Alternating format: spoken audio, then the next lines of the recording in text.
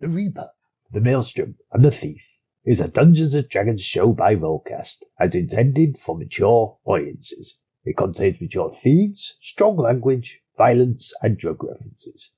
Full content warnings can be found in the episode description. Hello and welcome to RollCast. As usual, I'm your DM Tom, and I am, of course, joined by JB, Coogan, and Gaz, who play Dix the Gnome, Gregor the Dragonborn, and Ezador the human, respectively. Ish. You should really find this out, humanish. to be honest. Yeah, it's almost like it's a long-running mystery for you guys to figure out at some point. It's like we're not really looking at Ezador at all. No, It's just us. nobody. Yeah. At this rate, it might be like you go through an entire parade that involves him directly, and you're not in the slightest bit interested, or even ask questions. It's like there might be a statue or something like that that's been defaced, and you're just like, oh, that's cool. It's cool. Yeah. In And I'm Dix's defense, he wasn't there. I'm just trying to say, have you noticed this massive carnival in my name? It's like the DM and, Ezador himself have been laying down clues to what his identity could be, and no one seems to be biting yet. Yeah, we'll find out about that. On a similar topic, but very, very different, I'm going to ask you guys a question, as per usual. Here we go. And for that, you're going first. Hey, off the cuff. Yeah, off the cuff. Well, no, it's not about a sexual encounter this time, but it is about something related to that. And Ezador, actually, I think you're probably going to find this easier to answer than anyone else. Go on then, hit me. Who was your first love?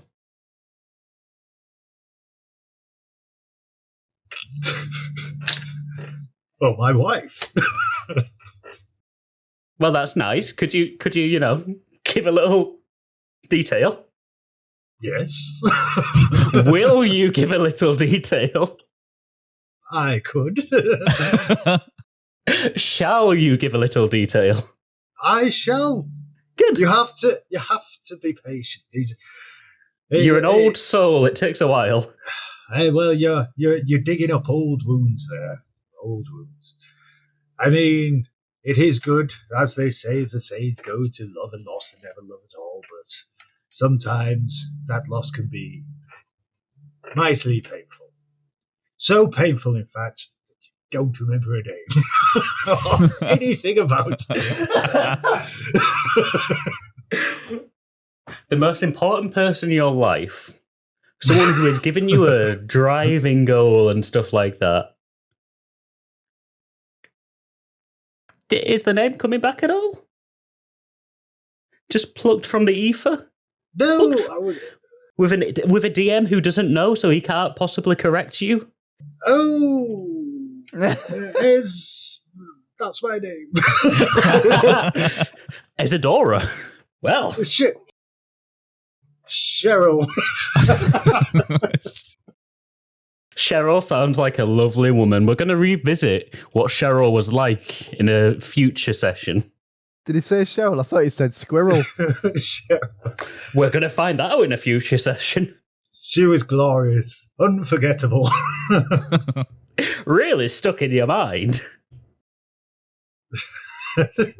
I'm sure I had this written down somewhere. Have we not even got into it? No, we have not gone into your wife. We know that you've had a wife, but we've not delved into her at all. Are you sure she wasn't just trying to find some nuts? But it's understood. Moving on quite quickly. Thank you for that, Ezador. It was enlightening. We now know you have a wife. I'm going to ask you many more questions about Cheryl or Squirrel at some point or another. Well, if you're going to, it's okay asking these questions, being a DM as you are, but I think you should give a little warning before you start asking personal questions that might actually cause grief and harm. I mean, Agreed.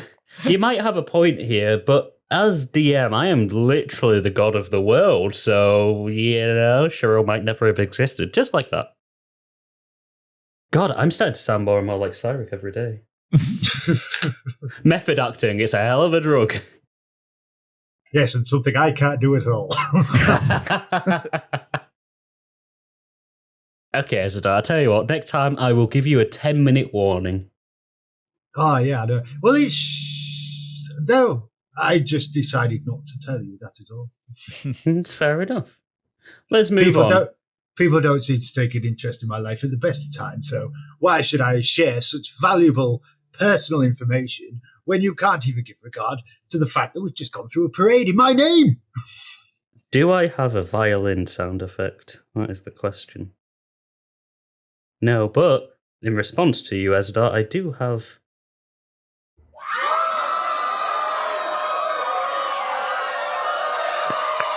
Thank you. I don't know how to stop it. Give them a wave. Give them a wave. Are you sure that's not screaming? I think Nicely it was meant dodged. It was meant to be... Parliament. I think it was meant to be sitcom hooting and hollering, so, look forward to that in our sessions now that I've got that saved. Yes. Moving on quickly. You got any... I think I probably... You know what? I think I probably do.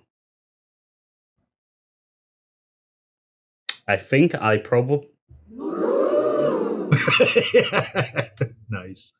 You can't not have that one. I know you're all shocked at me having this. But let's move on to the next person. I am your father. Well done. That was very brave of you to admit. Very brave.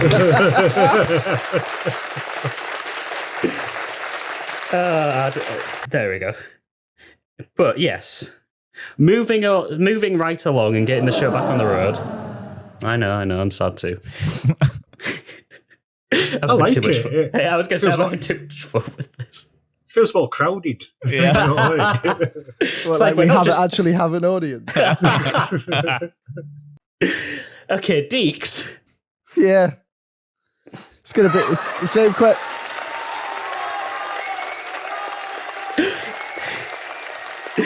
From now on, when I introduce you guys the first time round, I might just, little applause button. It's to be expected every time now. Oh, great. I've fucked myself over. I could get used to this. Okay, Dix. Same question for you. Yeah, same question for you, my friend. Well, it's going to be linked to the previous question because if you remember, the most embarrassing sexual encounter last time was the no sex at all. That's true, but you could have loved someone without banging them. Unrequited love, maybe platonic love. The love isn't for someone, but is for something. It's books, isn't it? It would be now. It's books and knowledge, isn't it? Yeah, you got that right. It's books and knowledge. And the forest. And the forest. I know. Well, he's boring. Come on, he's old. I mean, he's old, but that means that he could be just, experienced and stuff. He's very experienced, but just not in sex. Come on, let's have it. Get it all out your system, everyone.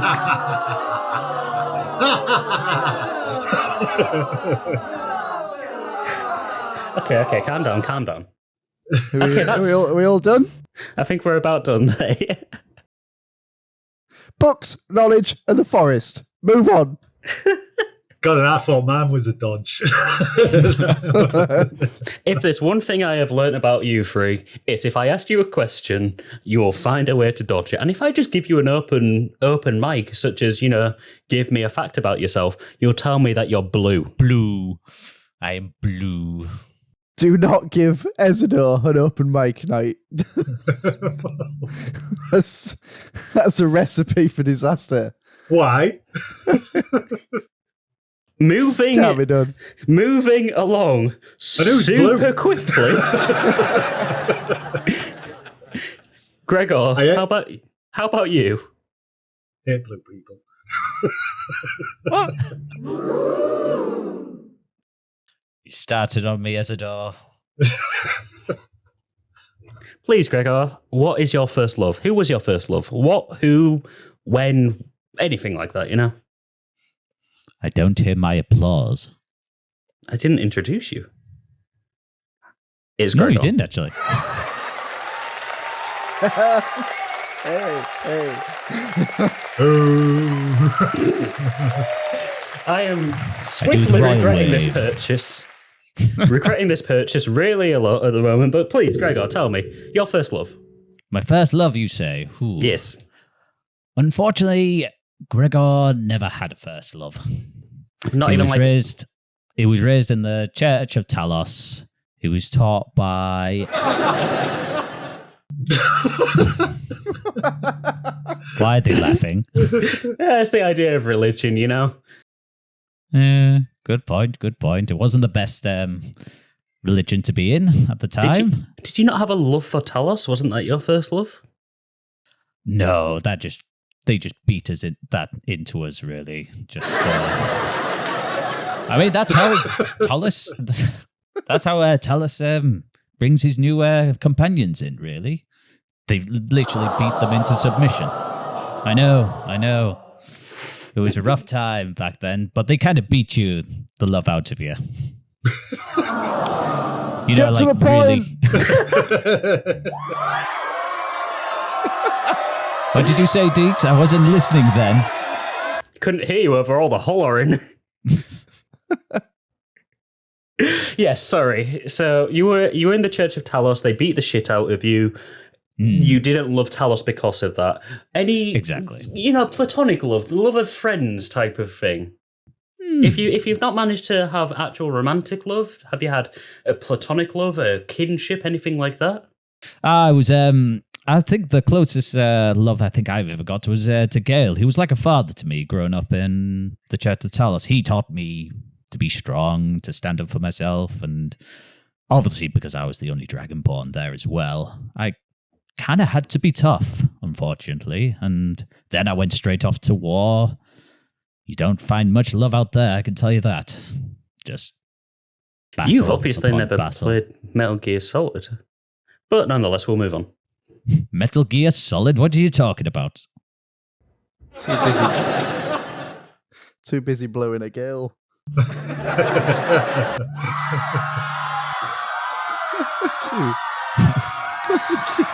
I'm pretty sure they're booing you at this point.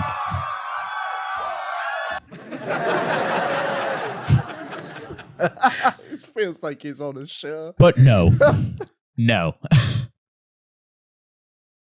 On that note, on that wonderful, lovely note, with a definitely real studio audience here with us for this beginning section. Don't like him.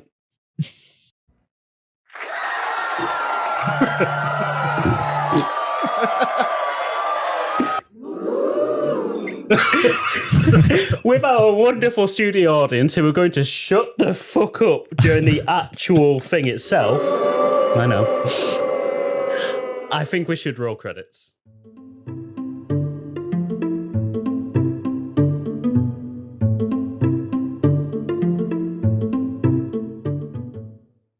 Okay, guys, so the last time that we had seen all of you, Aja Clara had confronted Gregor because he was not a happy man.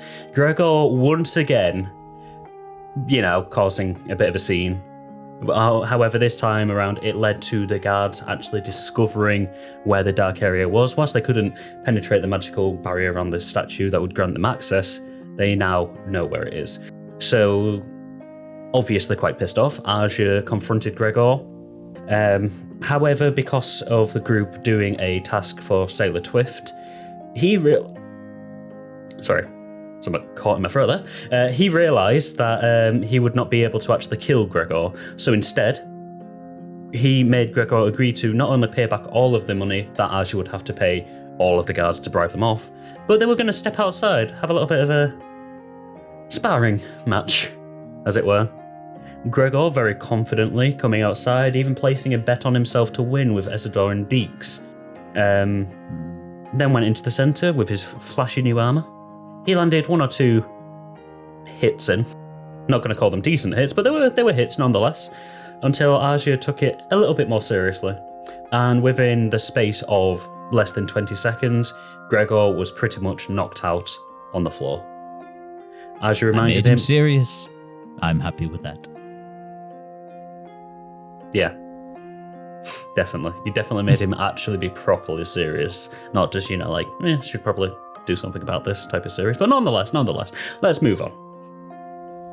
Having been defeated by Aja then left, but not before telling Gregor, or reminding Gregor, should I say, that he owed him quite a substantial amount of money going forward. Ezador, however, your luck was a little bit better than that, I believe, was it not? You made a nice little tidy sum from that bet. I did. Yeah. Yes, So, I did. not all doom and gloom for the gang. And bought myself some nice new shiny armor. Indeed you did.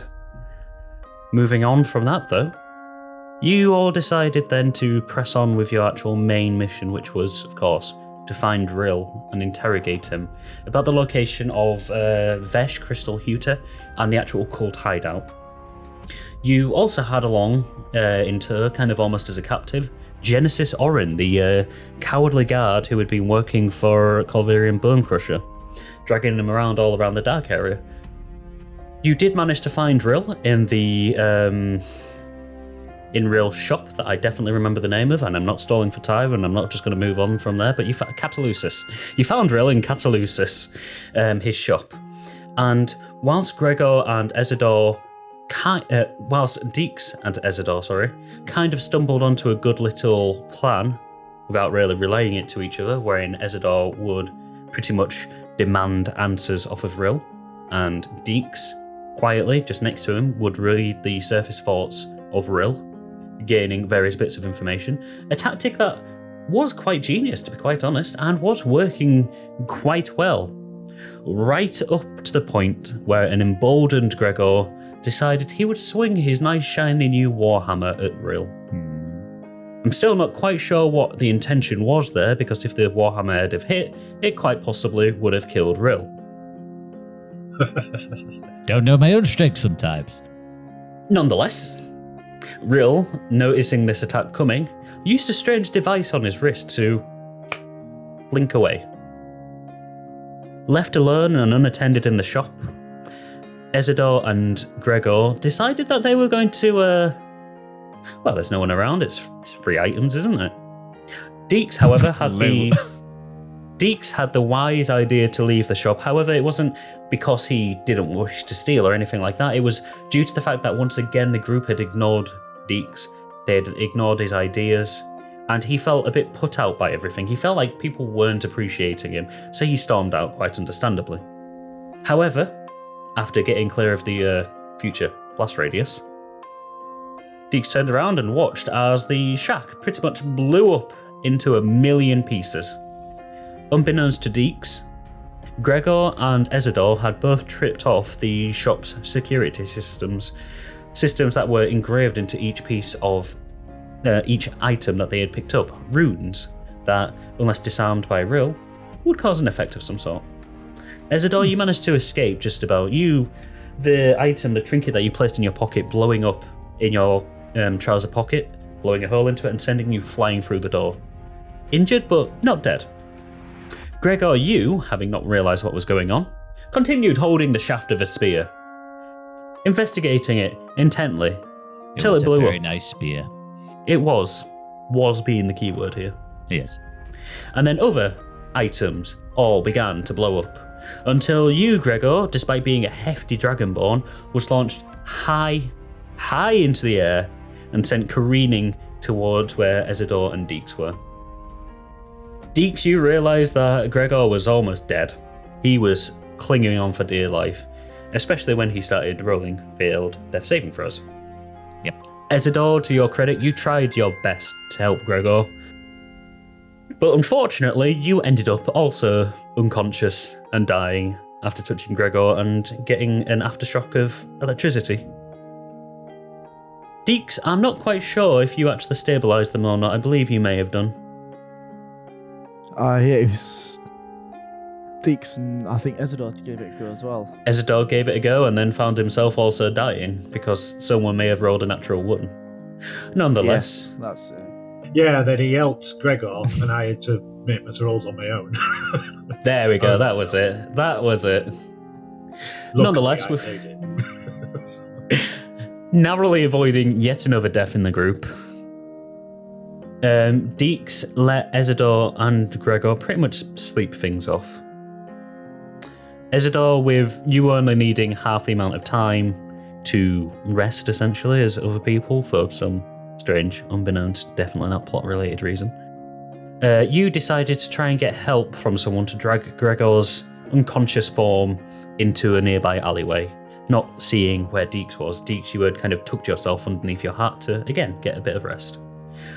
You managed to find one of the shop vendors who dragged him to that with you, and also informed you that further down the alleyway was another street. Although there's not too much there, it'd be a bit difficult to get around there, and all that there was a street leading down to some taverns and an abandoned warehouse. When everyone finally came to properly, you all wondered where Genesis was, and your answer was resolved quite quickly as first his arm dropped from the ceiling with a splat, then his leg, another splat, and finally his torso with a giant almighty splat, straight onto the floor. You had your answer as to where Genesis was, unable to help you any further. After more group discussions, something triggered in your head, Ezador, about an abandoned warehouse. Just on the other side of the alleyway where Gregor had been stashed. The three of you made your way there, and after scouting out the building, it looked like it was abandoned.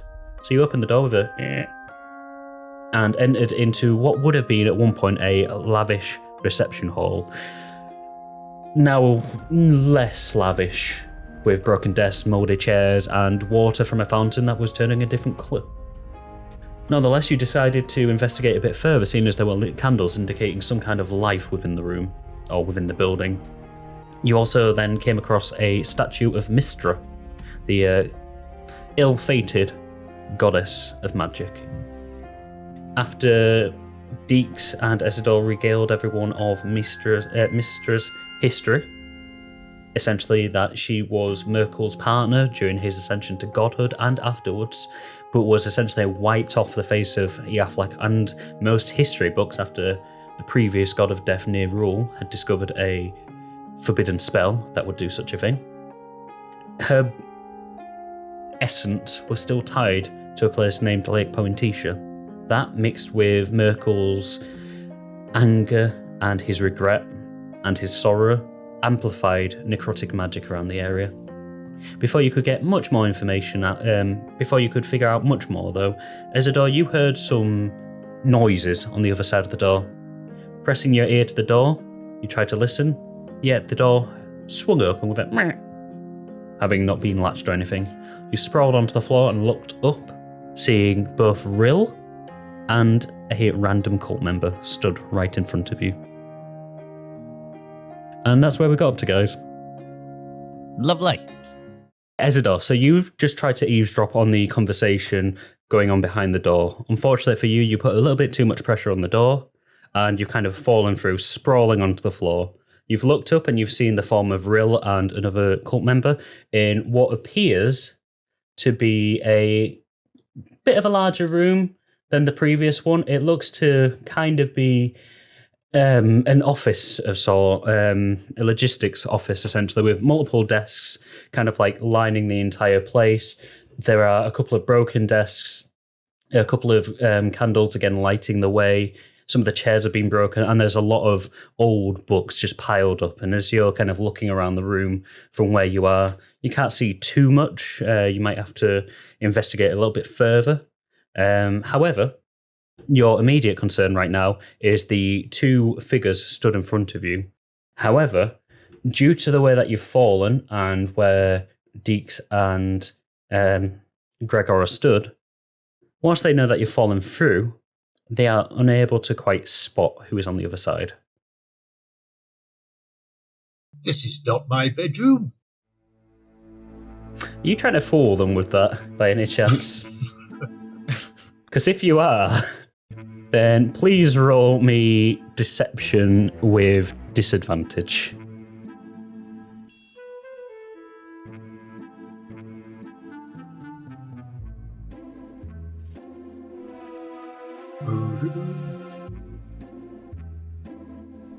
Okay. And that would be...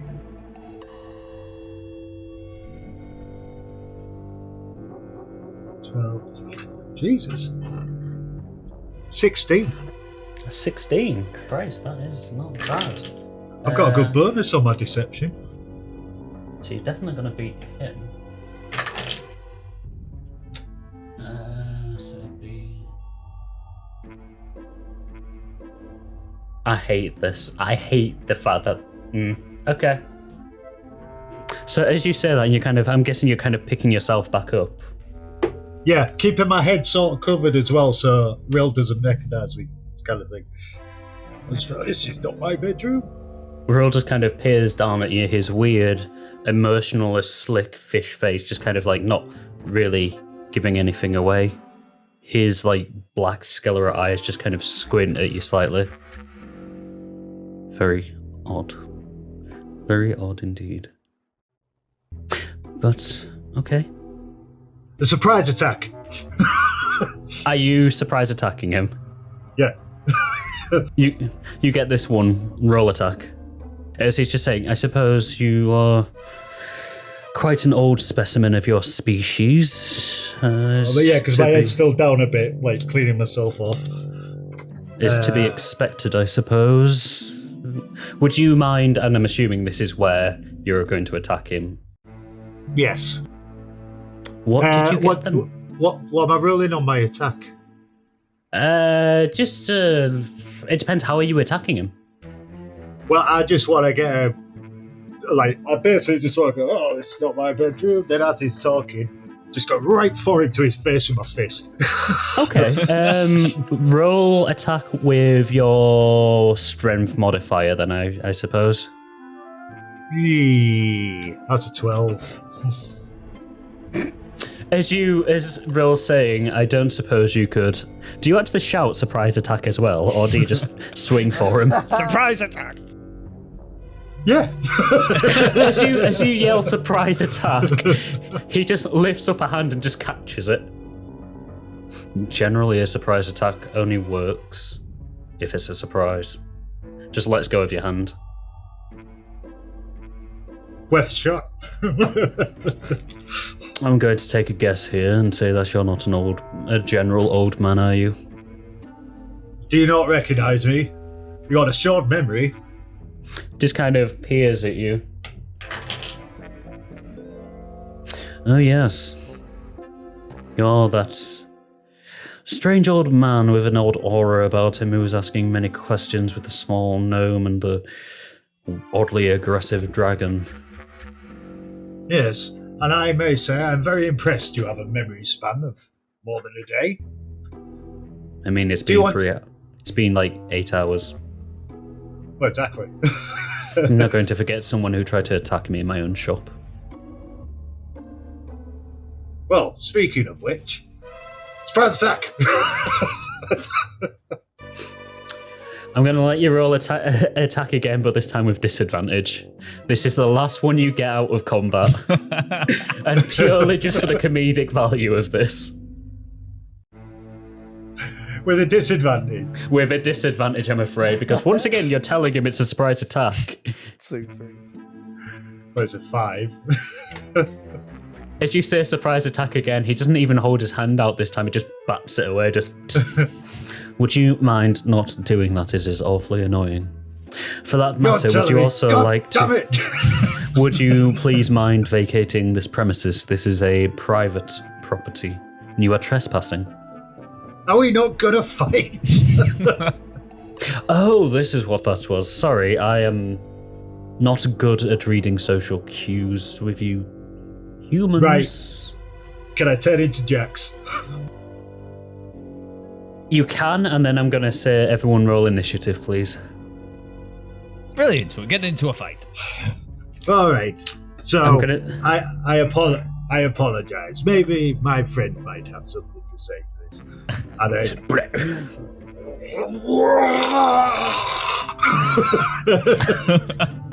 you just see Jax sees Rill just looking up at him slightly. Fascinating. I'm going to have to dissect you. I'll show you fascinating, you little wench. Amazing. Okay, so Gregor, did you get a 6, you said? Who was you asking that, sorry? Gregor there, I think he said he rolled a 6, but then he decided to get up off the table. Was that Yeah, I got 6? Yes. Ezador, how about you? Oh, I'm just waiting for my dice to roll, apparently. 7. 6, 7. Deeks, how about you? I need to find my dice. 17. 17, Christ. Alright, let's roll for these two boys. Yeah, going back to my real dice, because that's just stiffing me on there. Don't forget, Deeks, you can use magic. I know. I'm very excited. I may have a cunning plan. Okay, so... What is it? Cooking.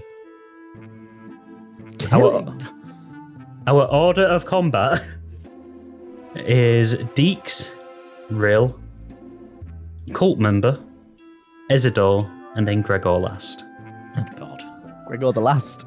Yeah, Exactly. Gregor is the last this time. Okay, Have we got an option to move our tokens on this one, or? you will do in a second. Yeah, I was going to say, did we hear all that conversation that was happening with Rill and Ezador? Oh yeah, you definitely heard it. We're just listening, just not butting in. So let's see how well he takes I it. thought the door was closed behind him. Yeah. No, To be he's honest- fallen through it. To be honest, I thought after surprise attack we'd be going straight into combat. The way I went like that and he held my pistol down, it's like, oh, we're still talking. Yeah, you can still Surprise talk. attack! Another one. You can still Dude, this one is talk. eventually dead. And then he threw my hand down. I was like, right, we're still talking. I was going to do it again. Surprise attack! You can still talk to someone after they've tried to throw a fist at you. Yeah, you might have just thought you were a weird, doddery old man. Well, no, I mean, that's the way it played out. But I just kept expecting to go straight into the fight, but he just kept putting my fist down and just kept talking. Well, right, I'll try again. I'll try again. Surprise attack. And the way Okay, I so- thought, he knows who I am, doesn't he? So there's no point in trying to get out of it, so... Fair. Deeks, Yes. what are you up to on your first go? Your All right, first let's have a round. look. All right, so first of all, I am going to cast Blade Ward, Okay. which is basically to the end of my next turn. It's just giving me resistance against bludgeoning, piercing, and slashing damage dealt by weapon attacks. Okay. It's just an action. I don't need to roll anything for that. It's a cantrip. And then I would like to move, if you'll allow me to do that. Yes, of course. Yeah, you can take an action and move. So I've got walking speed 25 feet, so I'm going to move here. I'm going to turn to Rill. Sorry, could you just Say- describe where you're going? Sorry, rather than just here. As Oh, in, sorry, yeah, you're going okay. through the door and stuff. Yeah. Sorry. Yeah.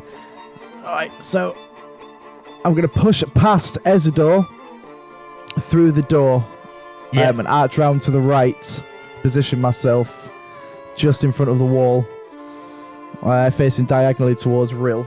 Yeah. I'm going to turn towards Rill, look at him, I'm going to say, we have some unfinished business. Just kind of looks. Oh yes, the gang is all here. Bonus action, I don't think I've got anything to do, so I'm afraid then that will be your go. that is my turn. Yeah, I'll leave it there. Okay, in which case it is Rill's go. So, Rill, seeing the two of you, just kind of looks between the two. You see him kind of look at his wrist with this device. The device that Deeks, you know, was the one that he used previously to get away. It starts glowing purple, and he just presses it. You hear it, zoop, and he disappears momentarily. Before then reappearing next to you, Deeks. As he reappears next to you, you see that he has a blade kind of like attached to his arm, like attached directly to the arm. The curve of the blade matching the outside curve, and he swings his arm around for an attack.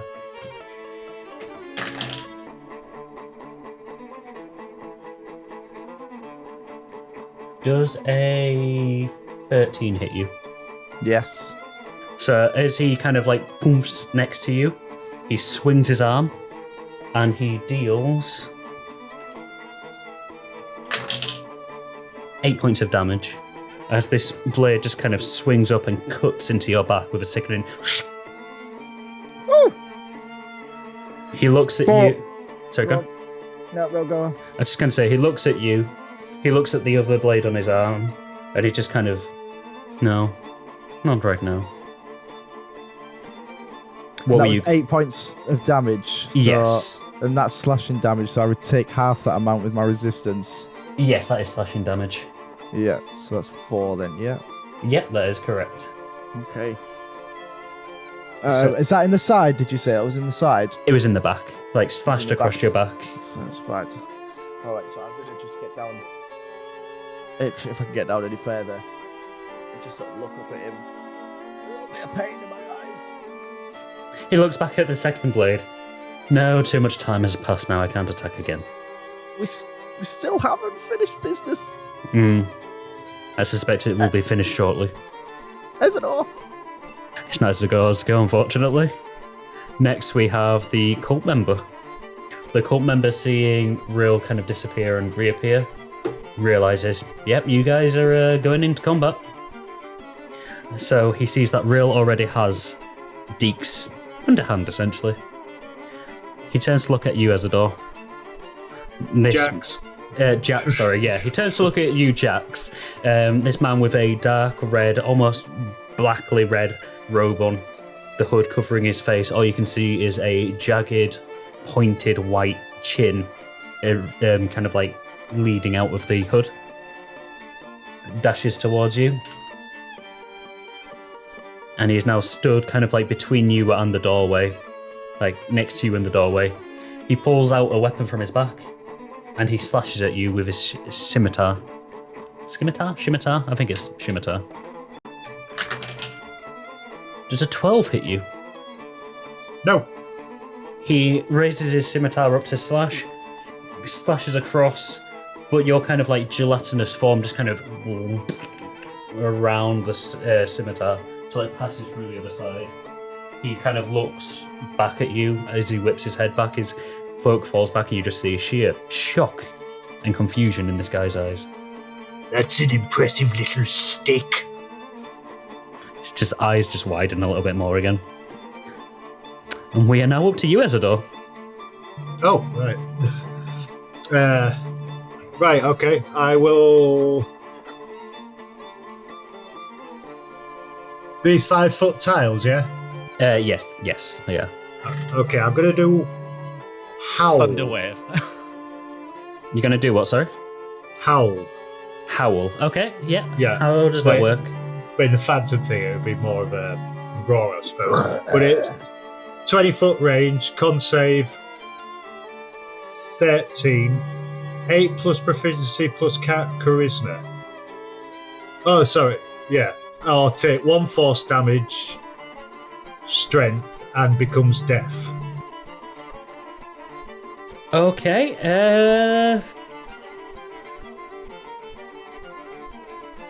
So I'm just trying to find the actual spell on 5e here, because I just need to make sure that Dix would not need to make this throw, because if I've it's just an realised area, that, yeah. if it's an area of effect thing, which I think it is, It is, it yeah. would.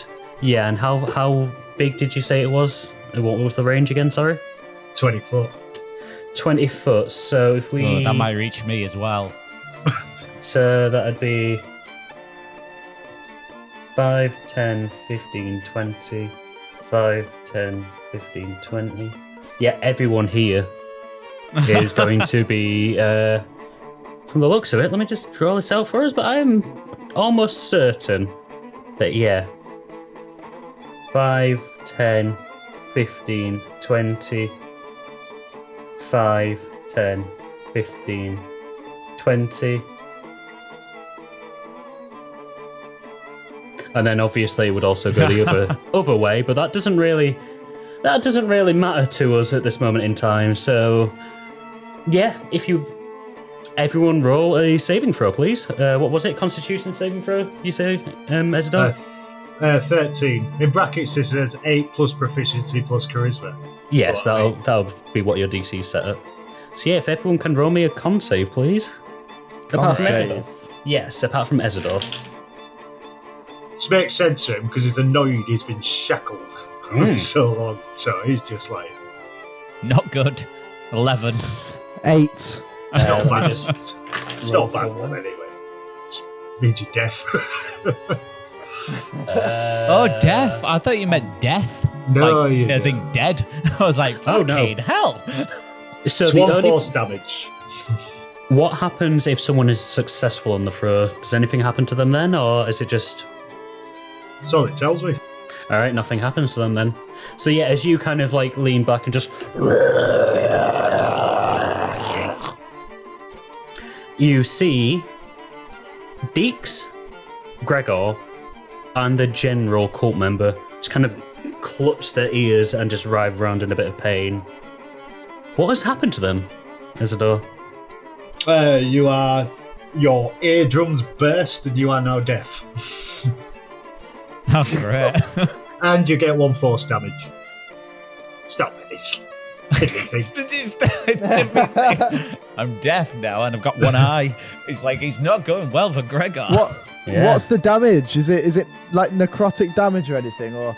No, just take 1 force damage. It says and becomes deaf. What's force damage? How much? I would say force damage is similar to thunder. Oh. Right. Okay. That's all right. Yeah, I was going to say -1, you say? Okay. Would you like to move anywhere or anything like that? Bear in mind you are now locked in combat with this cult member, so if you do move, he will have attack of opportunity. No, I'm not going to move. But I am going to put my eye right in his face, because I've got one big massive eye, like in front of my gelatinous thing.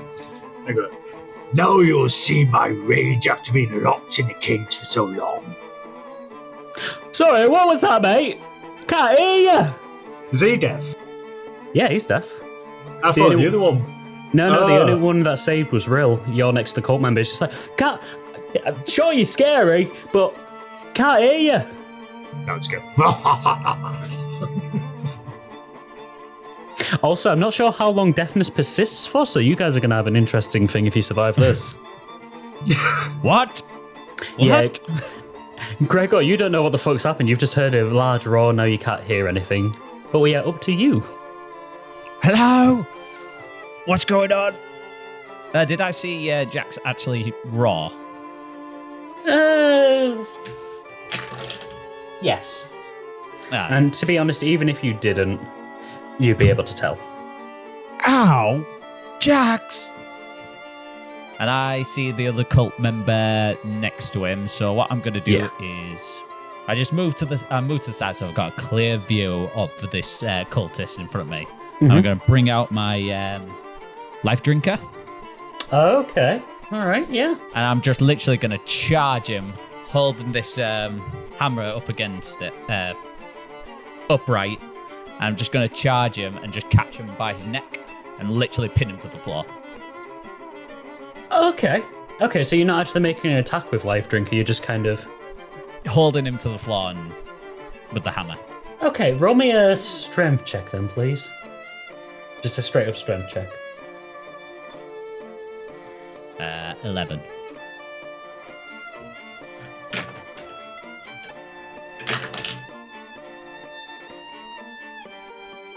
He struggles with you a little bit as you're holding the hammer like to his throat, but then he kind of just slips slightly, and you both go tumbling onto the floor. He is now underneath you. Could you roll me a... You're trying to keep him pinned down, aren't you? Basically, yeah. Okay, let me just... It's been a while since we've had to... Grapple then, isn't it? Yeah, I was going to say, I'm just looking that up. It's been a while since we've had to do grapple checks. Oh, no, yeah, you've succeeded on that one. Just straight up succeeded. You're grappling him onto the floor now. Brilliant. I've just got the hammer on top of him, like, do you know, the heavy end, just resting on his head. But I'm just like lifting it up a bit so it's not actually putting the whole weight on it. I just go, have you seen Jax? I think he would like to have a word with you. She just kind of whimpers ever so slightly. As Jax is looming over him ominously. Dix, are you all right? I'm hanging in there. I'm in a little bit of pain. And now we are back up to Dix. You wouldn't have heard that. Yeah, I wouldn't have heard that, no. No. Right. Have to remember that. Yeah, to be fair, also, the guy who's been tackled wouldn't have heard all, and you'd have just been yelling it because you're deaf. Yeah, that's Have true. you seen Jax? Sure, he wants a word with you. I was going to say, at least Jax can do that, at least. Jax can hear it. Okay, so yeah, Deeks, we're up to you, my friend. Yeah, I'm going to try and cast a hold person on Rill. Okay. So... Yeah, 60-foot range. Rill just needs to make a wisdom save of 15 to restrain it, so it'll be paralyzed for the duration. Right then. So wisdom save of 15, you say, yeah? Yes. So how are you conjuring up this magic? How are you casting this onto him? So holding my back in a little bit of pain, I'm going to try and give you the old tip of the hat. Just do-loo-loo-loo. And a little force of energy just spiraling around his body, and hopefully 15, you a say? little bit of paralysis, yeah. Roll just as this energy swirling around. Interesting. Where does your magic derive from? He says as he kind of looking around, just literally moving around, looking at this energy swirling him around him. Interesting.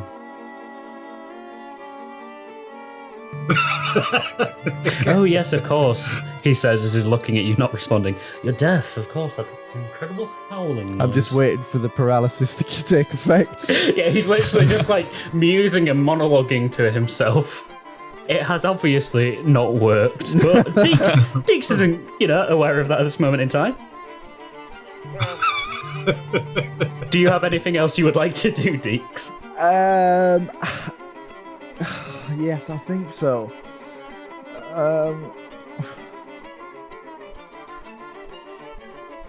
I can still talk, can't I? So, yeah. Yeah, you can still talk. I'll turn around and look towards what I thought was Ezador. Jax! Yes, little Dix. Do you understand me? Of course I understand you, little Dix. But do you understand him? I may have a plan. Do tell, little one. Stay close and all will be revealed. Sorry, Deeks, I need you to roll me a perception check to see if you can read Ezador's weird gooey I don't need lips. to read his lips. Are you just shouting it regardless of what his answer is? I have a plan. Yeah, I have a plan. And stay close. Stay close. Basically, Ezador responding back to you has no bearing on what you wanted to do, which is fine. We need to be slightly out of range of both enemies. Head towards the northwest part of the room.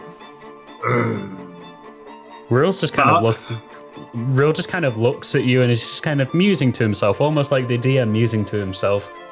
I'm fairly sure you can't speak that much during combat, but I'll allow it as a bonus action, seeing as you've not done anything else other than a normal action. I did it really fast. And I can't hear you. Cloud's part. Listen here, you little shit. I'm done. We're now up to Rill. Rill, hearing about how there could be some kind of incredible plan, kind of looks at his watch again. It starts glowing purple, and he presses it. And once again, there is a whoop, poof, blink of smoke. And he's gone. He is just completely... Where's he gone? Yeah, you don't know where he's gone. He has just completely exited the area. However, we are now back down to... Yeah, Dix, you didn't even hear it, obviously.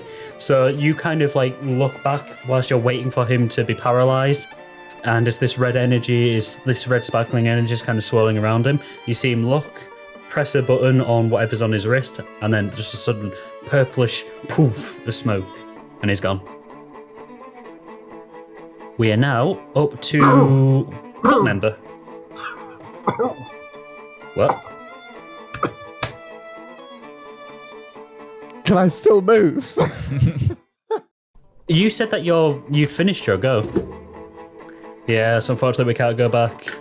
Oh, it was his go, that, wasn't it? Yes. So it'd already gone off me, yeah. Yeah, you said that's all you wanted to do, so I moved on to Rill's turn.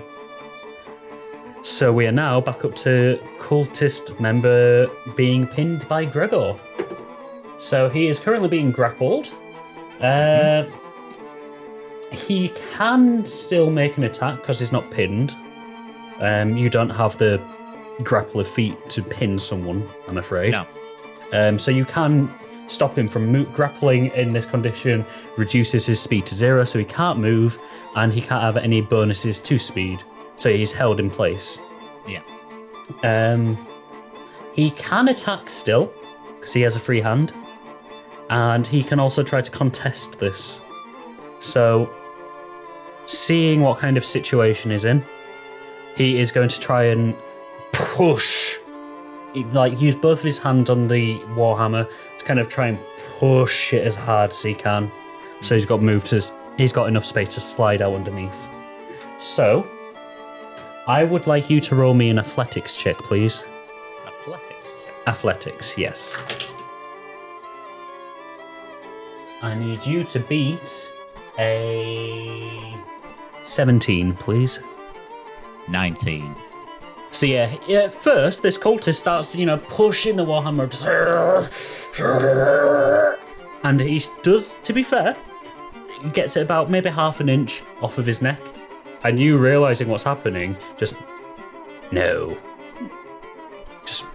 tense again, back into his throat. Okay. Just before I tense it into his neck, can I go full on slam down with my attack? No, because it's not your attack, I'm afraid. Oh, is it not? No, you've just stopped him from doing this. Oh, okay. But you're not able to attack because it was his check, essentially. Oh, it's not my go next, is it? No, unfortunately. If it was your go next, I probably would have allowed that as fluff. But no, unfortunately for your plan there, we're now up to Ezador.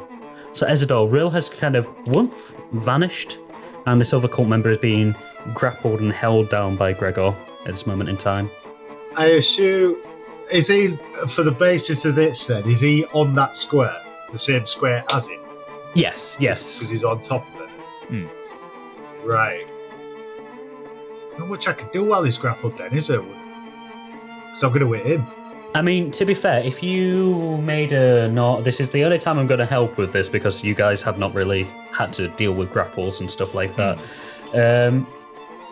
If he's held down in place, he can't move or anything like that. So I would say that you could coup de grace him. So a coup de grace is basically as long as you hit them, so you would get an advantage to swing, essentially to attack, and as long as you hit them, it's an automatic critical. Okay, I'll do blades on him then. Okay, roll that attack. Oh yeah, I just rolled 20 first, don't I? Yes, then add whatever stats you need to add on. What is it that he's doing? Blades, this one. So... What does it look like? I was going to say, yeah, please describe how you're doing this. Which is +5 on that. Right, blades. Basically, my tentacle will just go real sharp at the end. One of them. Just So a I'll single go- blade, just zoop. Yeah. And I'll go, let's paint the floor with your entrails. And then I'll just slam down plates. Slice down. Just trying to avoid him, really, I suppose, Gregor. So you're kind of going for the top of his head then, essentially. The only part that's kind of sticking out. Trying to chop his head off then. Okay, so what did you get with your roll then? Tell you in a minute. Ooh. Coffee on my dice. +5.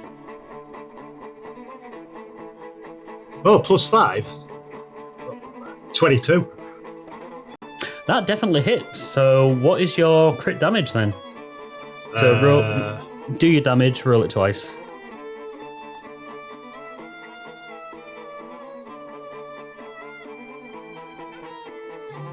Do I also add the modifier +2 twice on both of them, yeah? Yes, I would say so. It's contested whether or not you should, but yeah, it's a critical. 17. Just before he slams down, he's like, should we ask this guy some questions?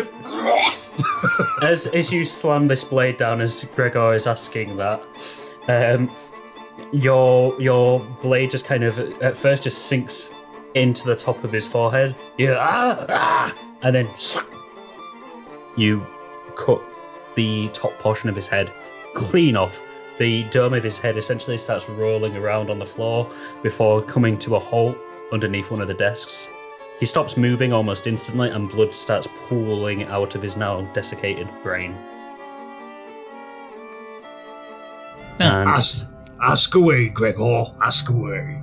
What? And at this point, you guys are out of combat. The room falls silent again. Rill knows you're here, and you know Rill is here somewhere, but he is not currently in this room. The room in front of you is about to be described any second now. The room in front of you consists of 14 desks in rows of rows of 4s and 3s. Many of these desks, like the reception desk, have seen better days. They are shattered beyond repair. Thankfully, you all managed to avoid damaging any of them during that confrontation. The floor itself, though, Gregor, you can definitely tell, seeing as you're pretty much on the floor, is covered by another red carpet, which, like the one in the reception room, is faded and stained. Although a few of the stains, given that there is blood pooling out onto the carpet, a few of the stains look similar to that. There are also piles of documents scattered all over the room. That, I'm assuming you're kind of like picking yourself up now, Gregor, as well. Yeah, I'm just picking myself. Do I have a bit of blood on my hands? Sorry. A little bit of blood on your hands as you're just kind of getting up. Dix, you also notice, being as close to a desk that you are, that at one point or another these piles probably would have been wet or soaked or something, but they have the look of them when paper dries, when it gets wet and dries and it's all crinkly and stuff like that. It looks very brittle. Additionally, on the opposite end are some bookcases, and the books inside them, well, you could have a look at them if you want, but given the condition of everything else in this room. Well, that was a bit of fun, wasn't it? Where is he? Well done. Dix, you can't hear any of this. What? Where is he? Well, I'm going to keep saying that. Well, can I just flip the table as well? Where is he? Rome, which way are you going? North or west? Just north or east? Straight north. Okay, I would like you to roll me a strength check to begin with, as you're trying to flip the table, as you're walking forwards.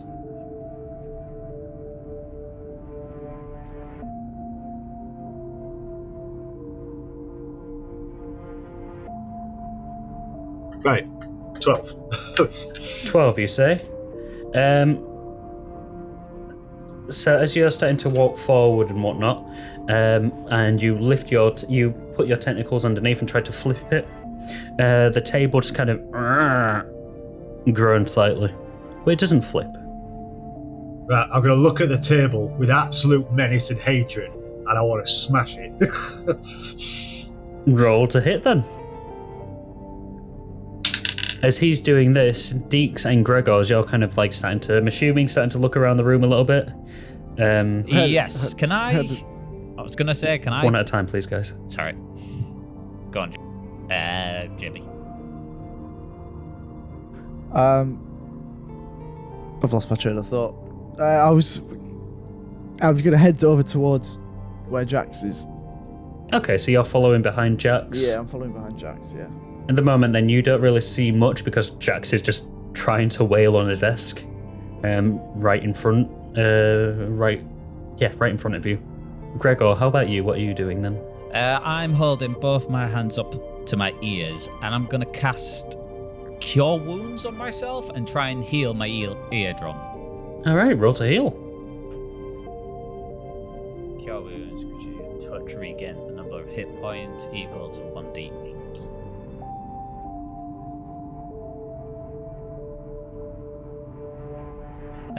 Yeah, I've just healed up 3. That's it. 3, okay. As you're healing, as you're feeling, like the healing light essentially into you, you hear like, and then a second loud, and then you can hear again. It's good to hear my own voice again. Do I realize that Dix is... Dix? I'm just going to shout Dix. Dix, you're still stood behind Ezador at this point, because you can't hear. However, Ezador, what was your attack roll, sorry, for that table? 14 on the table. With shocking savagery and ferocity, you lift your tentacle up and slam it into this poor innocent table that has done nothing wrong other than have the balls not to be flipped over. You hear it as the wood splinters and cracks rising into the air and kind of like spiraling across the room. A large chunk of it lands to the northwest, ever so slightly, pretty much almost next to where the table originally was, in this corner here. And you see that there is a bit of an opening there, maybe a door.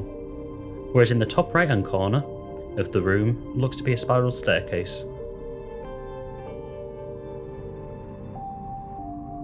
Okay, so that's where I've just spotted the door after I've chucked the table over there then, yeah? Yeah, you kind of smash the table up and you've been watching as, everything splinters and flies across the room, and a particularly large chunk of table rises and just kind of clatters into this doorway.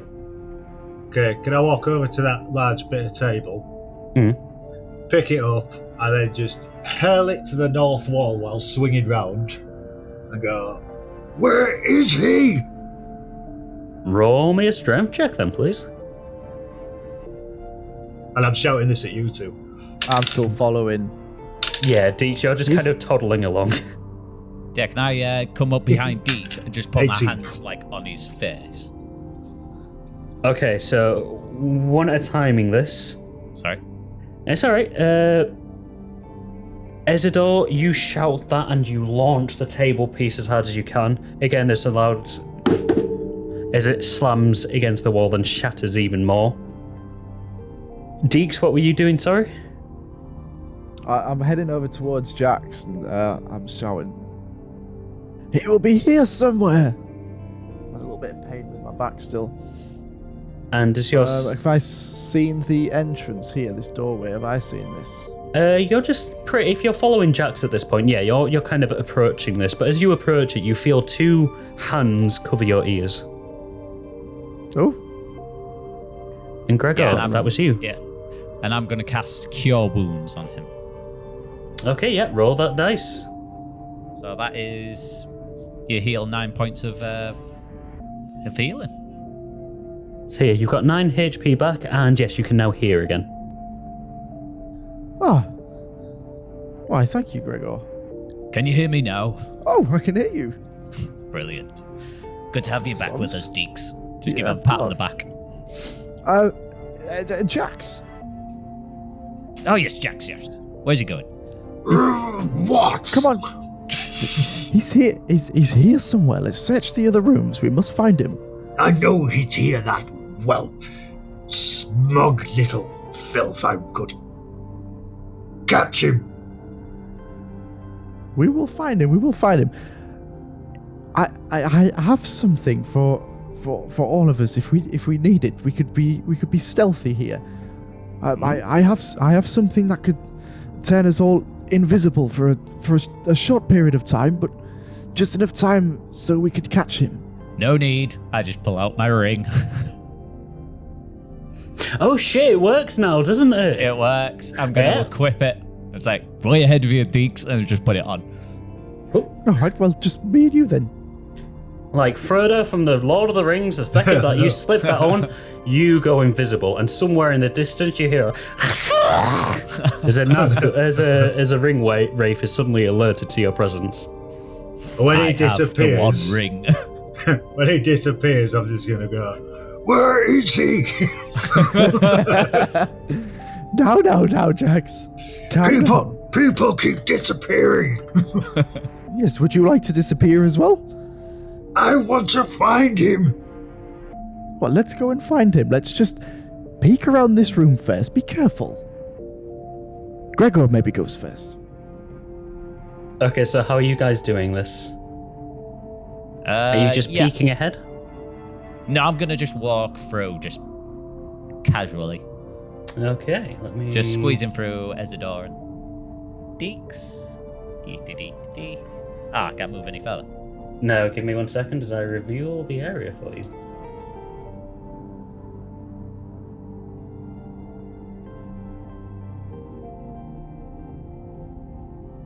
So, as you push the door open, you see that there are some crates and whatnot just stacked up. There's a couple of odd, ominous hues going around. But it looks like you might be in, essentially, the warehouse section of the warehouse. Are any of these boxes open? So there is quite a lot that are full, but you can roll an investigation to see if any of them are where you are. Yeah. I'd like to test. I'd like to go to the back end with that green hue. Okay, yep. Feel free to turn invisible, or not right now. All right. So Dix, as you kind of like walk over to this stack, where there is a green. Are we still not doing it 30-foot thingy? No. That's gone now that you're out of combat. Sorry, I'm just trying to reveal the right amount here without being too stingy. So Dix, you can see that this green glow as you're approaching. You see that this green glow isn't actually coming from a crate itself. It looks like it's coming from the gaps of a crate. You can just, at your height, you can see through one of the gaps that there is, a green ominous glow coming from it. Okay, I'll investigate that. Okay, roll me. Clamber. What was that, sorry? I don't know if I'm going to have to clamber over the top of that or anything. Over the top of that crate. Roll me investigation first. Let's see if you recognise if there's anywhere. It was a 19. So with a 19, you realise that you can either clamber over the top, which would be an athletics, or you could kind of like squeeze in this little gap. However, that would just be a general dexterity check. I'll do the dex check, squeeze through the gap. Yep. Go for it then, roll your dex check, please. 8. As you are trying to squeeze through the gap, you get about halfway through, but then you realise that your hat, a little bit too wide, a little bit too girthy, and it's kind of like getting stuck in between two of the crates. Gregor? Yes? Do grab my hat for me, would you? I just literally pinch the top of it and just pull off. Yeah, you reach in. He's kind of like peels off my skin a little bit. Oh, he's kind of like underneath a crate that's stacked up and in between two of us. So you kind of reach in and just yank it out. Does that turn invisible with me? Yes. Oh. Yes, it does. Roll me your dex again then, please. As he's doing that, I'm just going to put on the hat, see if it fits me. Does your hat fit him? Do not wear it. You don't know I'm putting it on. I can sense it. It's an extension of me. He can sense it. I've just rolled for it. Just Do about not to wear put it, Gregor. But yes, what is your dex, please? That is a 15 this time.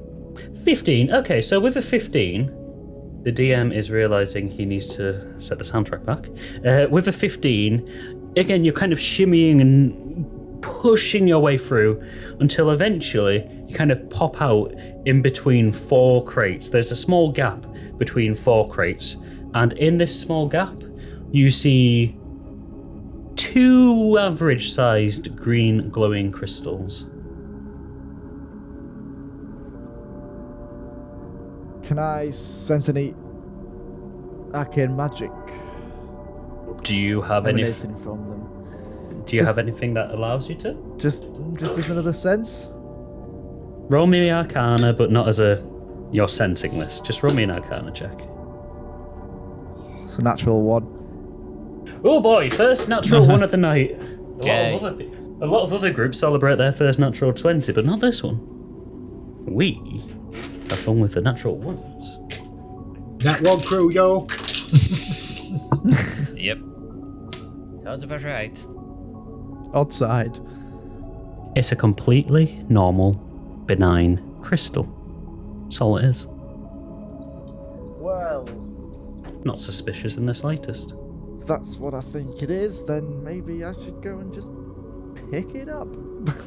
Okay, so I'm as not saying I'm doing it. as you pick up this crystal, I never said I was doing it. I said I was thinking about it. I know, I was just saying okay as in like, okay. But yeah.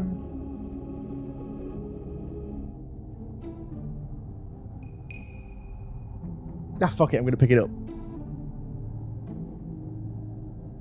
Roll me a con save, please. It's his other natural one. You know, it's great. Like, do you know the groups I'm in for the things that I do? There's a D&D group I'm in, and there's loads of posts about, should I pick it up? Yes, I'll pick it up. And then a roll, and then a weird fucking gif about what happens after you pick something up. It's like a rather legendary thing. That's a 10. A 10, you say? 10 indeed. Go either way, that got it. I should have decided what high and low meant in my head before I rolled that, because you've got one kind of extreme.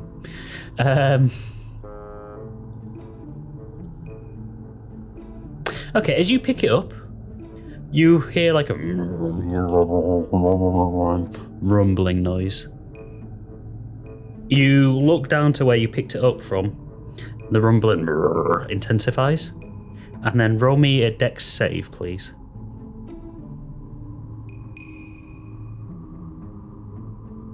For 4.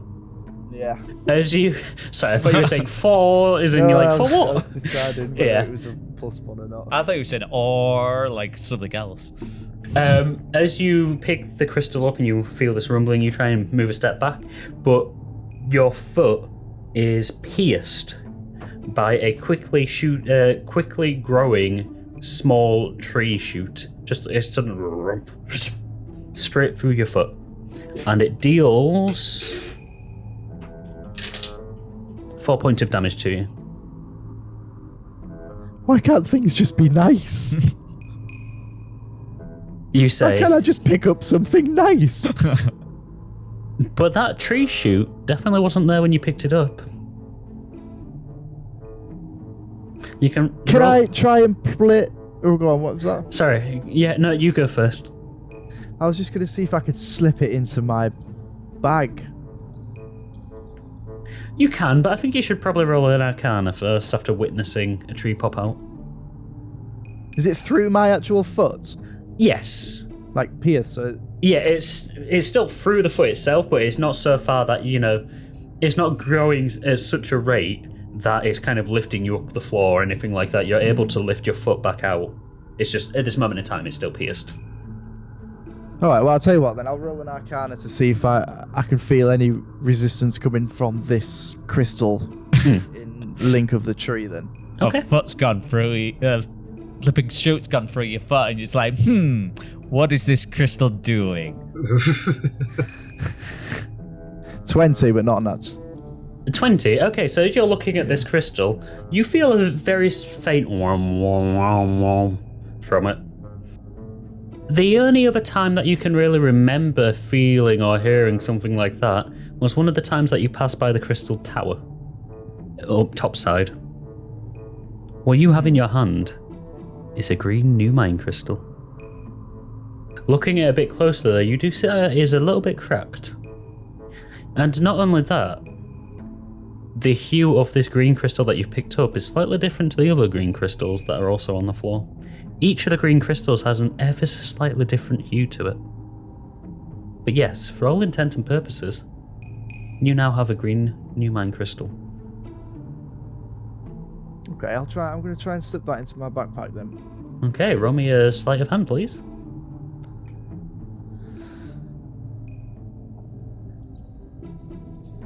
$20 again, not natural.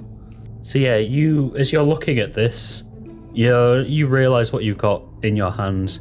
So you just kind of very gently, not wishing to disturb the tree, not wishing to cause any more growth, any more trees, anything like that, you just gently slide it into your backpack. And as you do, you hear another, and the tree shoot that had pierced your foot zoom, goes back into the ground. Just pick my foot up. It's a bit bloody. I've found a new mine crystal. No, have you, Dix? That's Yes. very interesting. Check the others. There's some others around here. I don't think I'm going to be fit through there, Dix. I think I'm a bit too big. I think that these might be handy for us in our future endeavors. Okay, I'm going in. I'm just going to stand exactly where I'm and say, yes, I'm gathering them. Yes, I've got loads now. I'm sorry, are you saying that you're stood exactly where you are, but you're saying to him that you... Roll me performance or deception, please. It's up to you. I am invisible, so... With advantage. What was it again? Performance or deception. It's your call.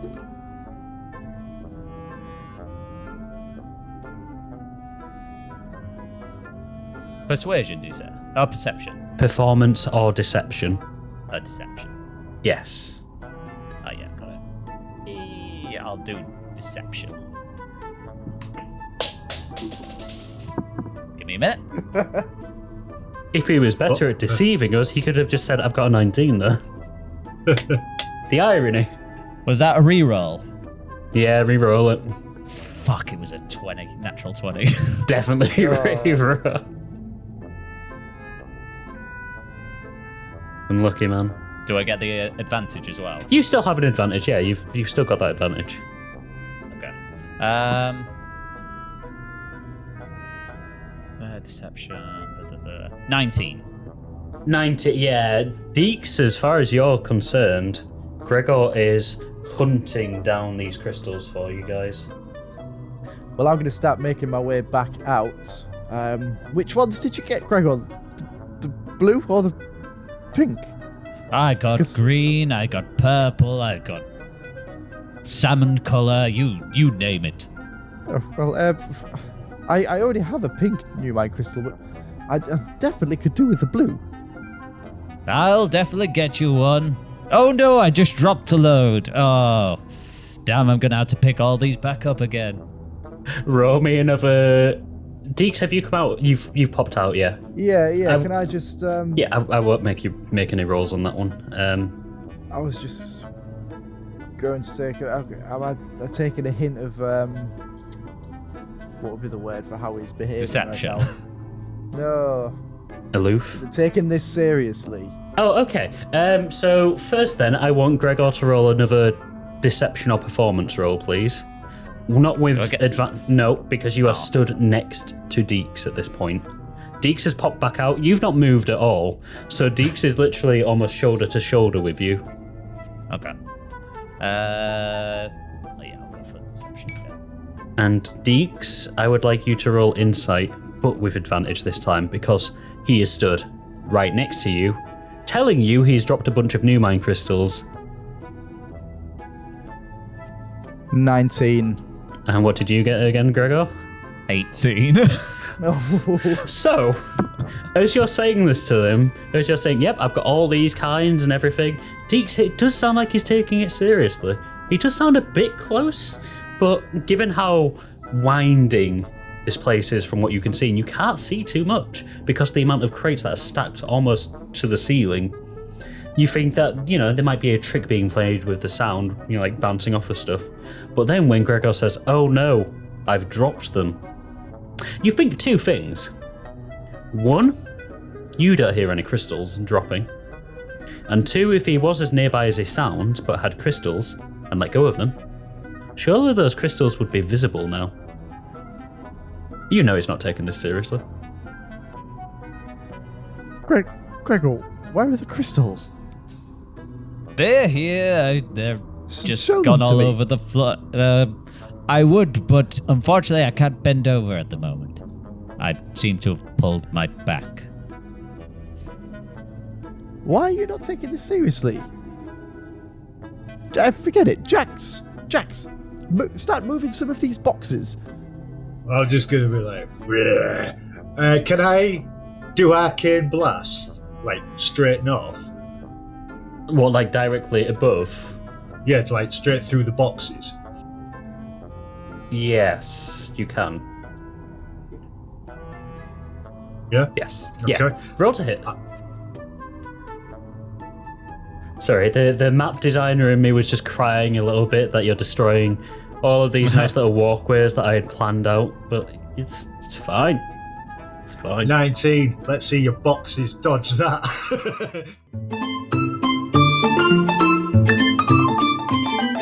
Okay, so Ezador, before we had our break, Jax, before we had our break, you, my friend, had decided that you were going to blow up a shit ton of crates.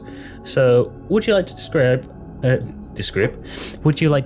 how this happens, please? Well, I've basically just gone, and then just like with my beaky kind of mouth under my single gelatinous eyeball, I'm just going to go with my tentacles and blue sphere kind of thing, just like morphs in front of me and then blast forward 120 feet at full pelt right through the box. Okay, so as you launch this energy forward, it smashes first through the first couple of boxes, continues smashing with a loud explosion through. However, the damage seems to be less than you would have thought, having only made its way through the initial first load of crates. You can roll me a perception check if you would like to see why it stopped. Okay, then I'll do that. That'll be when I've just said, I'll find you, you maggot! My perception is... advantage? I'm afraid not. 5. As you're looking through, the rubble is just kind of dropping and settling, bits of crates dropping everywhere, shattered crystals just ting, ting, ting, just as it's yeah, like that, as it's dropping around you. All you can see is a very faint pink glow from the other side. Dix!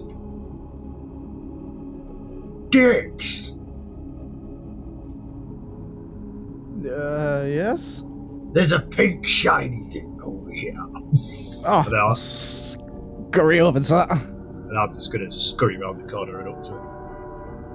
Okay, so Dix, you can either head up directly up north where the candle is, and see if you can find where Ezador is there, or you can take the path that Ezador's taken. I'll go straight up. Yep. Okay, so as you're heading straight up then, and you look around, you can see... Once again, I need to make sure I don't reveal too much here. You can now see that on the right-hand side of you, Ezador is stood next to some more crates which aren't broken. As you're looking and he's peering down, you can see that there is a pink glow emanating from in between two of the crates. Pink, shiny. Right to them. Would you mind handing one of those to me, Jax? I see no problem with that, little Dix. I'll really sit down and pick it up.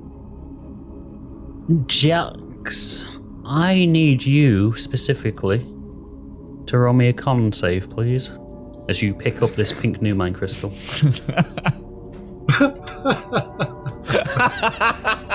I've not got that open. Could you please? Oh. Take a guess. So that was a natural 1. It was, yes. Okay. I've got my dice here. That's not what I expected, and I'm not quite sure what the effect of this should be, because I had a very binary choice as to what would happen if you pass or fail, but a natural 1 is not something I had intended. Alright, fine. Many times before. You wrap your tentacle around this pink new mine crystal, and as you lift it up, Jax, you feel yourself getting sucked back into Ezador's mindscape. Just like a... And Dix, you can see as he's picked up this pink new mine crystal, the slimy black tentacle slowly morphs back into a human hand. The outside of Ezador. Oh, the outside of Jax, sorry. Slips back in, and Ezador is stood in front of you once more. Ezador, you can't hear Jax.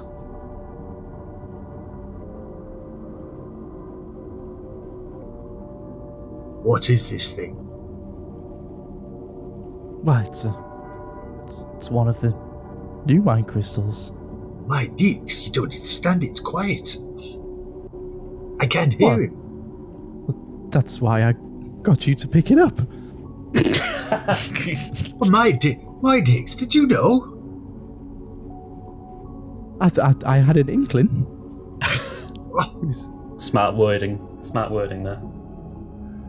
That's Has it worked?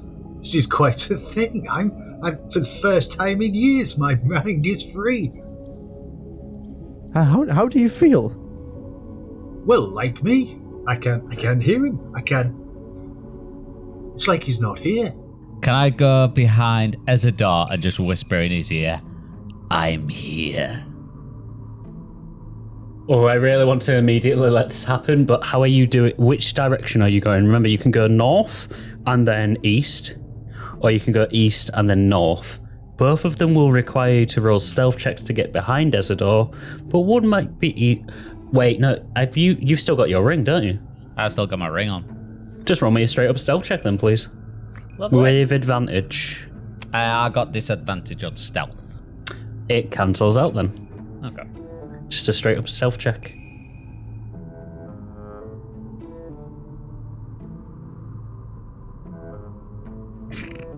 Four. You try and sneak up behind Ezador by creeping through the crates that he broke through.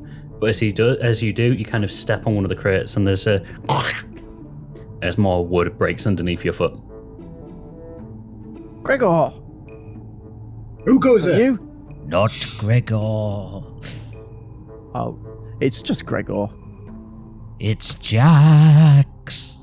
My advice to you, Ezador, would be to keep that crystal on your person at all times. You Yes, guys hear...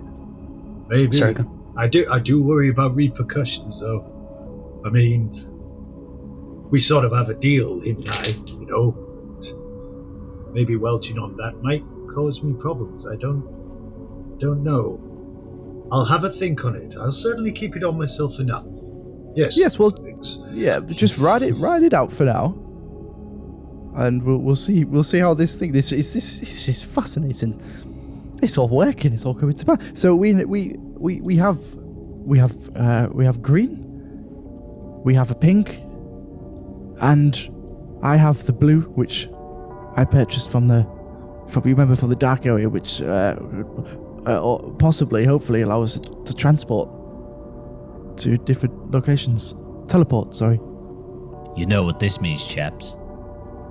Go, go, Power Rangers!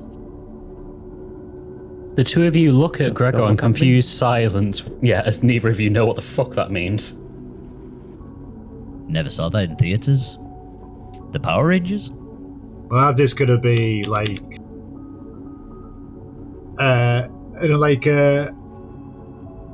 all clement and just be like, I've quite forgotten what it's like to be alone in your own mind. Such a blessing.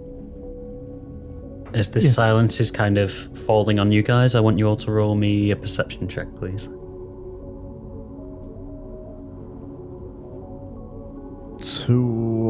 13. 13? 15. 15. 19. And a 19. Okay. Let me just see if I can figure out which is the right one to put on. So, Gregor and Ezador, both of you hear another crunching noise of wood, followed by a familiar noise that you guys have heard once or twice before. Dix, you don't quite hear this. However, you realise what's going on quite quickly, as directly in front of you, Rill appears again, his arm blade ready to strike. He swings forward.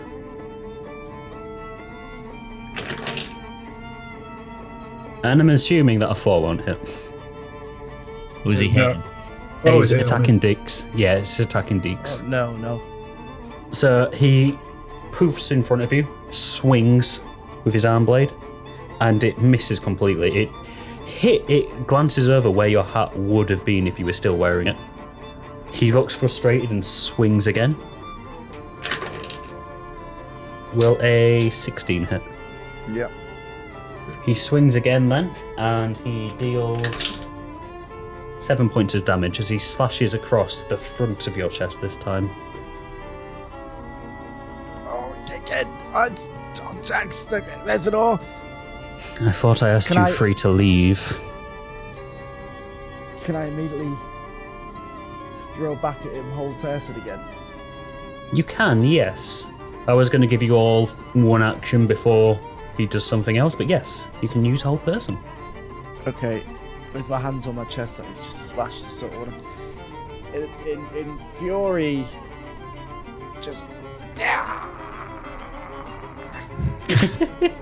And it's a 15 saving throw, isn't it? Yeah, wisdom 15.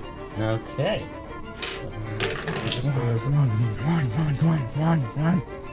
I'm really sorry about this, because I know you want this fucking old person to work once. However, as you enraged try to hold him in place, he kind of takes a slight step back, and you see him falter for a second.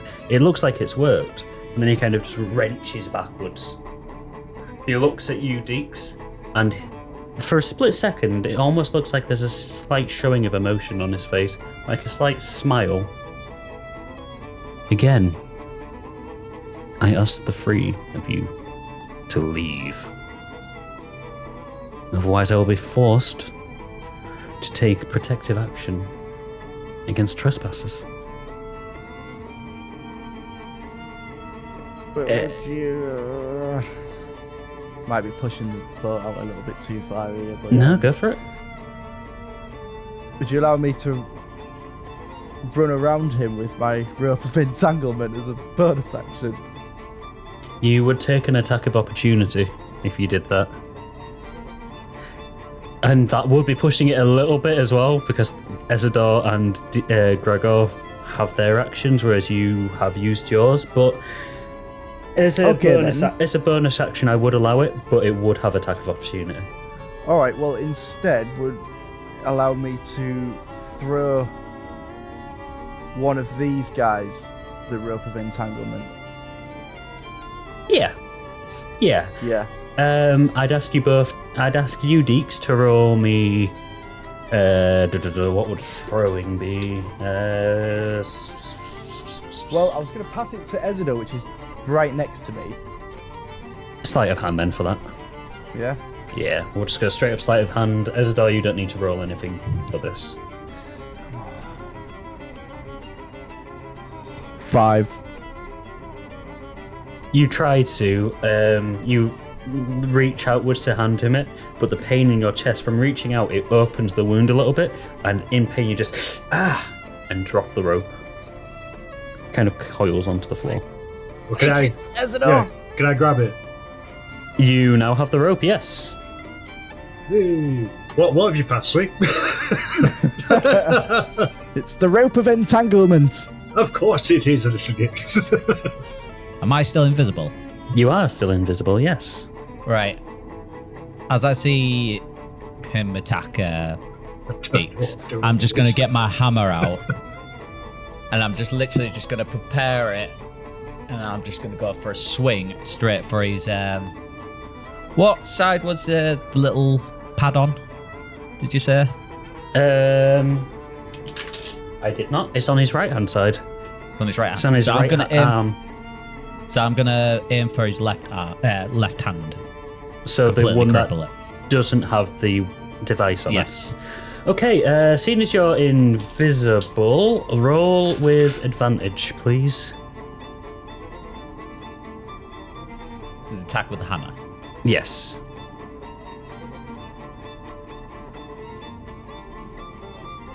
Oh, even better. The other one was a 2. 20, not a natural. 20 not natural. Yep, that will hit. So roll your damage. Okay, so that's 1.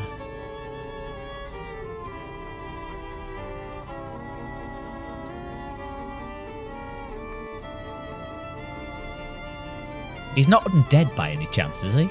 He is not undead. Ah, bollocks. +1 to attacks against normal foes. Yeah.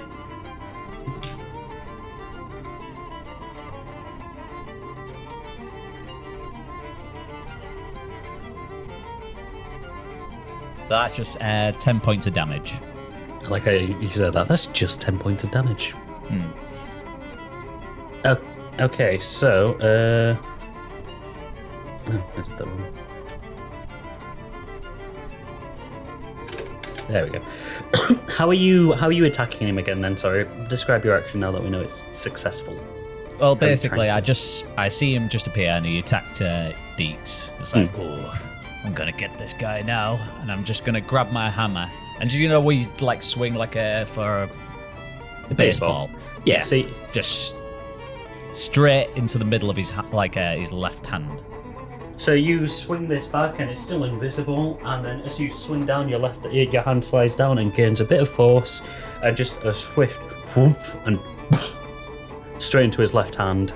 Can I like pin it against the what they're called, the boxes, like straight into that? You are actually successful in pinning it against it, but with the amount of force that you carried through with it, it smashes just a sudden as the crate smashes into a bunch of pieces. His hand drops down to the side. It takes him a second to realise what's going on. Then he just looks at his arm, touches it tenderly, and just Let's see you screaming use in your agony. teleport now. Then I'm just gonna go. Surprise entanglement!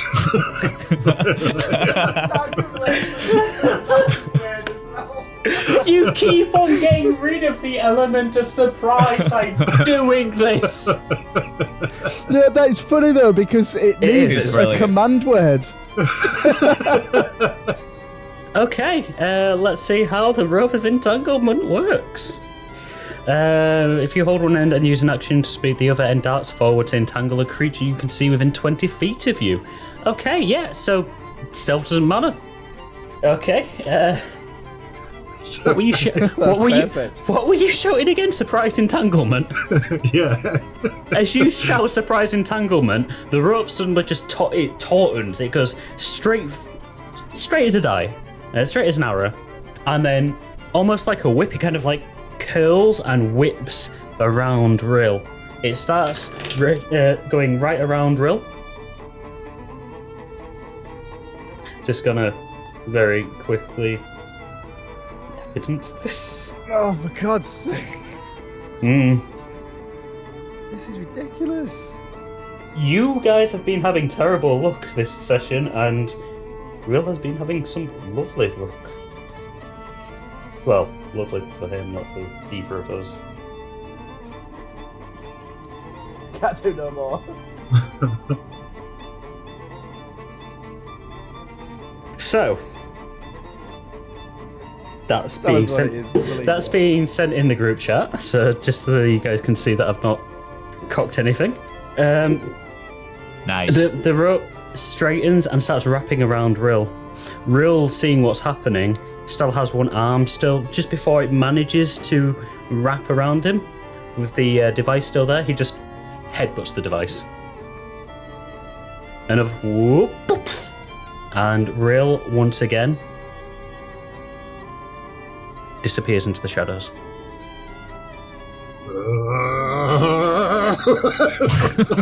This is so annoying. I'm gonna get that slippery little fish. It's almost like this room's been designed as a maze of some sort. Right, well, I'm not gonna navigate the slightest and just bars my way through all the boxes. I'd like all of my things back, please. Hat, Gregor, rope. Are you still invisible, Gregor? No, once I attack or anything like that, It drops it. Yeah. Okay, so the second that Gregor has swung his hammer, he whoops back into view, and Dixie just gives you back your hat. And there you go. Ezador, I'm assuming you're giving him his robe that's just kind of dropped limply to the floor. Yeah. Just a very angry little gnome just wrapping the... Enough. Believe me, little Dix, I couldn't be more annoyed if... I couldn't be more annoyed. Well, what I've looked over there. Just in a huff, you walk away angrily. I'll go... Huff behind him. Okay, so with you guys passing through that area, I can reveal a larger chunk, to be fair.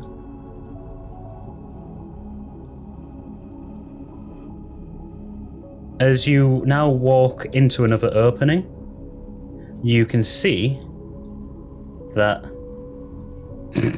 as you all continue shuffling around, making it very difficult for the DM to see what's going on. We're just pacing in fucking anger. You come out into another opening. This opening has a carriage there. It is a very, very old looking carriage. It looks like it probably hasn't been used in quite a number of years. However, given what you know about this place, the little that you know about this place from the outside, if you're estimating that this is a delivery or was a delivery company, this looks like where the shipments would take place. Yeah. Okay. Can I have a look around the carriage to see if it's been used recently? Yes, you can. Roll me an investigation check, please. Can I climb onto the carriage? Roll me athletics. Roll me athletics. 11. With an 11, you can see that this carriage hasn't moved in a long time. From the looks of it, there is a lot of dust around, but as you're kind of looking around this area with only the occasional glow of a new mine crystal or a candle lighting the way, you're noticing more and more dust motes hanging in the air.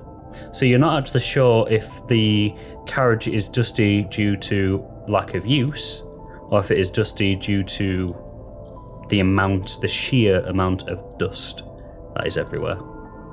Can I go up to the side there to the door and open it? The handle rattles at first, but then it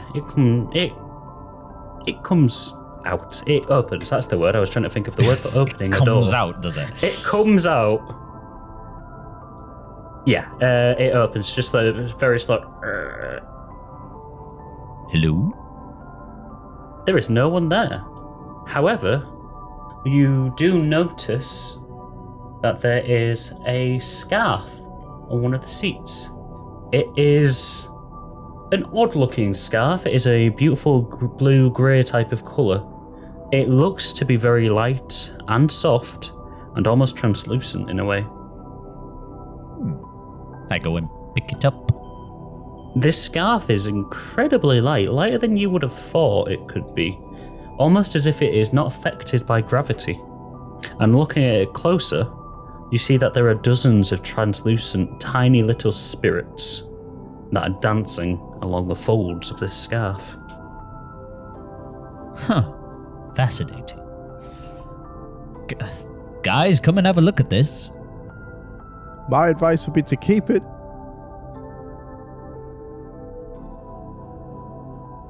Yeah, can I have a closer look to see what it actually is? Yes, roll me an Arcana check, please. I would have a look, but I'm climbing up the carriage at the moment, so. Yeah, what did you get for your climbing, sorry? 13 on that. 13, you say? So yeah, it takes a little bit of difficulty and effort for you to do so. But yeah, you kind of clamber onto it. You think to yourself as you do, this would have been much easier to do as Jax. But maybe the little bit of more physical exertion is worth the peace and quiet in your head. Ah, yes. Definitely nice to have peace and quiet. Okay. Then with my... Oh, bloody internet. With my dark vision and being on a high pedestal, do I get a better view of my surroundings? You do, and that is kind of why I have been desperately trying to very quickly uncover bits of this map. Because obviously you're not going to be able to see everything from that position, but you are able to see exactly where these glowing areas are. So as you're looking around, you can see that directly south from where you are, there is a candle leading down another maze, essentially. And toward the bottom of that walkway, essentially, is a white glow.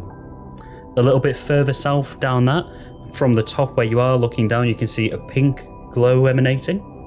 To the west, but still the same kind of level of southernness, there are two more pink glows. You think that slightly north of that, you can see a candle and more multicoloured glows. Is there anything that you're specifically looking for? Well, I just wanted to see what I could see being up there. Like maybe a way out, or if there's anybody here.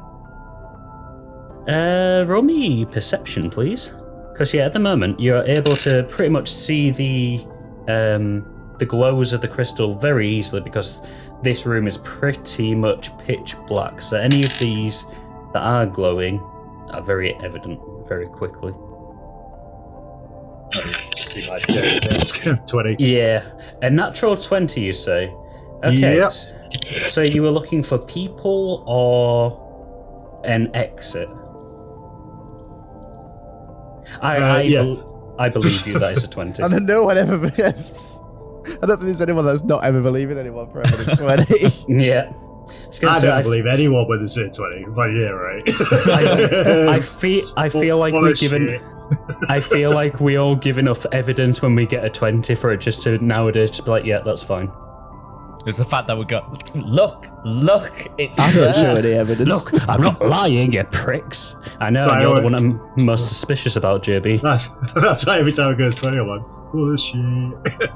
Yeah. The only one who doesn't want to picture. tell us. Yeah, I get it. Okay, so looking around, looking for an exit. Okay, so as you're looking around for an exit or another entrance exit type of thing, you realise that the only place to actually exit from, other than the door that you came in from, would be the large double doors next to the carriage, just to the north of you. They are two very large wooden doors that look like they might be on rollers of some kind, so easy to open and close. However, from the position that you're on, as you're looking down, you can see there is a very old-looking padlock bolting the two doors together. Other than that, from where you are, the only other place that you could see as an entrance or exit would be the door that you entered from. Companions! Oh yeah, I was checking my scarf.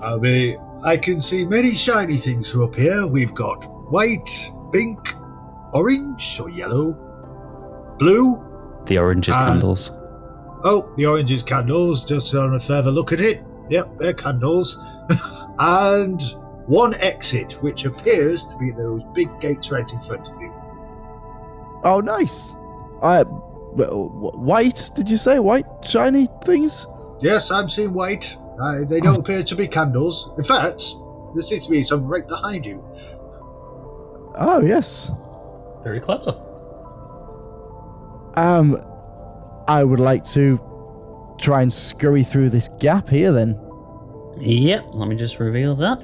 Roll me, I believe we said Dex, didn't we, to scurry on through crates? Yeah. That's an 18.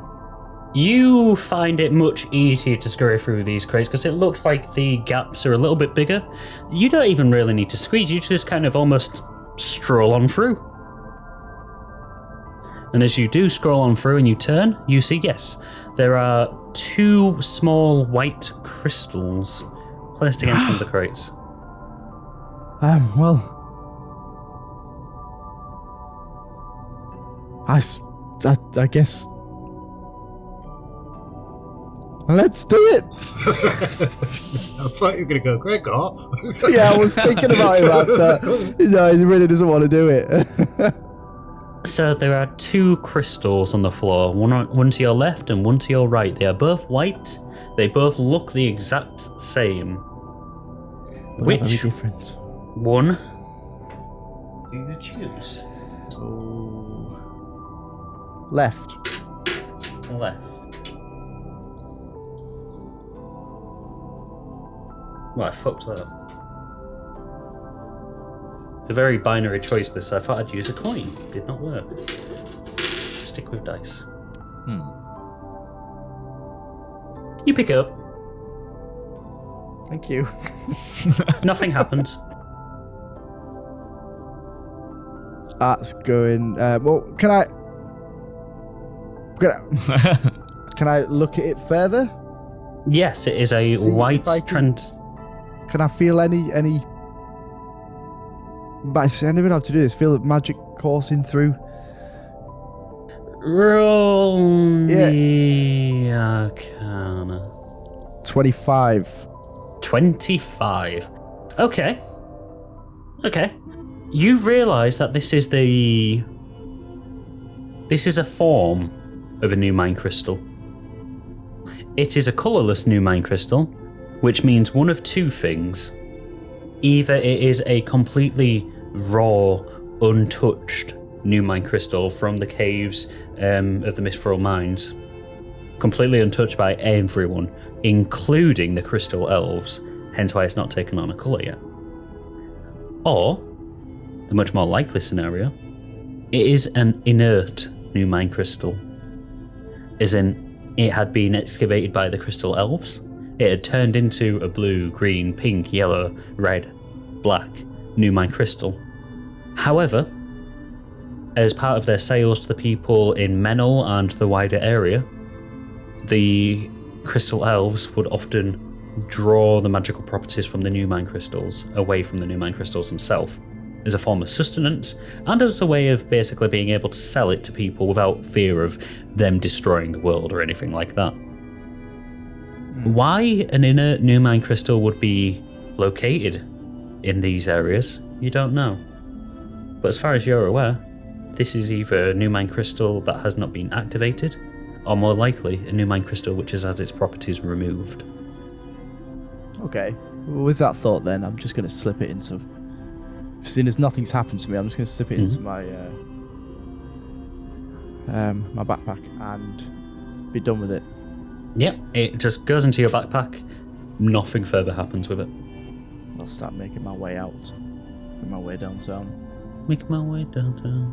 Walking fast. Yeah, I'm glad that you added that extra part on there, because I was literally thinking that the second you was like, making my way down. Gregor, you were wanting to look at your scarf, weren't you? Yes. Had you already rolled for that, or...? Yes. What did you get? I got a 16. 16, okay. So with a 16, you're not quite 1,000,000% sure of what this is. It is obviously a very special scarf. You kind of like look around it, trying to feel for it. And as you wrap it around your hand to try and look better for it, you feel a bit more sprightly. A bit more like if you were to do something acrobatical. This scarf might give you some form of advantage.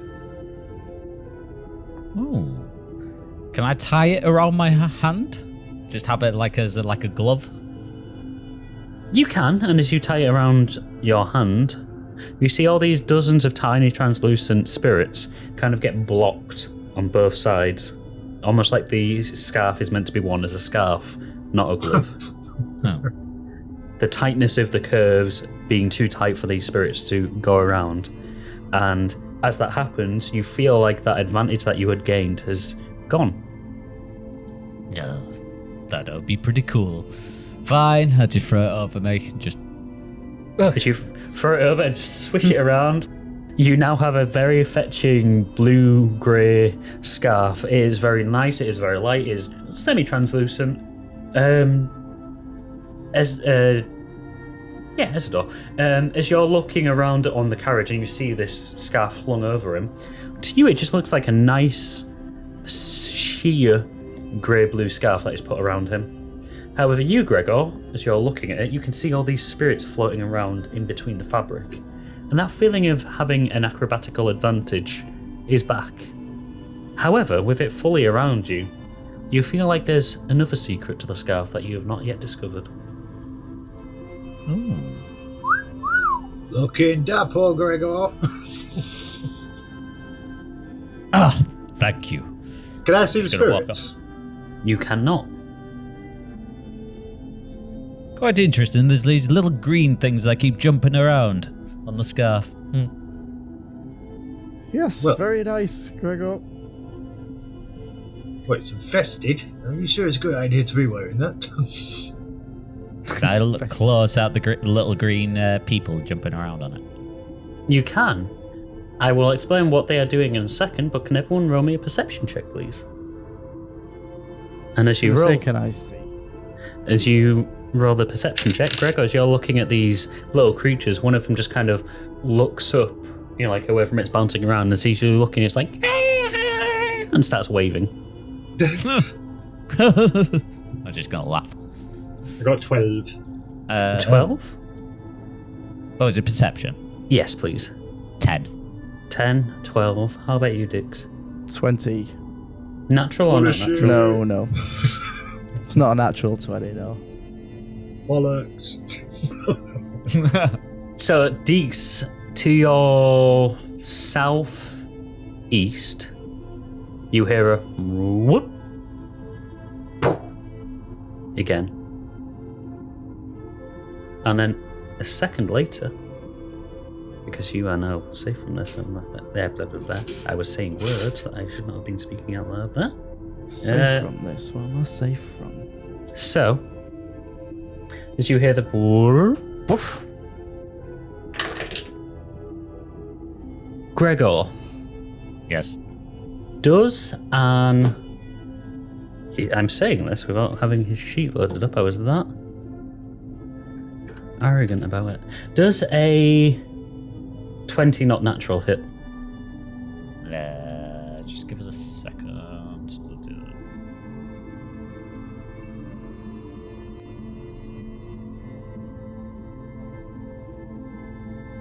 Yeah, it does hit. I was going to say, I'd be shocked if it didn't. No, So- it's just, yeah. All right.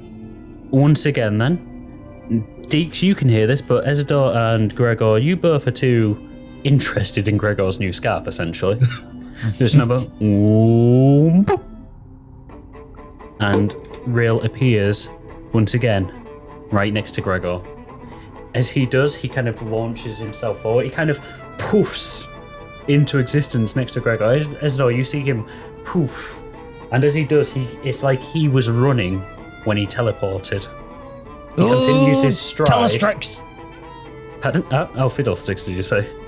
I was going to say, oh, tell us, Christ! He kind of poofs into existence, still running, and swings his arm blade up. It makes contact immediately, kind of like with Gregor's shoulder, that digs in and tears upwards, leaving a spray of blood as it just kind of against the wall, starts dripping down slightly after he deals 6 points of damage. Ooh. His arm drops down again, and you hear another as you realise, Gregor, that he attacked you with his broken arm. This man is seemingly desperate at this point. He, once again, with his other arm, slices across. And as he does, his broken arm again looks like it's causing him trouble, because as he tries to swing, he winces and his blade drops down a little bit, and he just kind of limply, the blade just kind of limply drops next to you. Not next to you on the floor, but like his arm movement just kind of fails as he misses. You each have an action.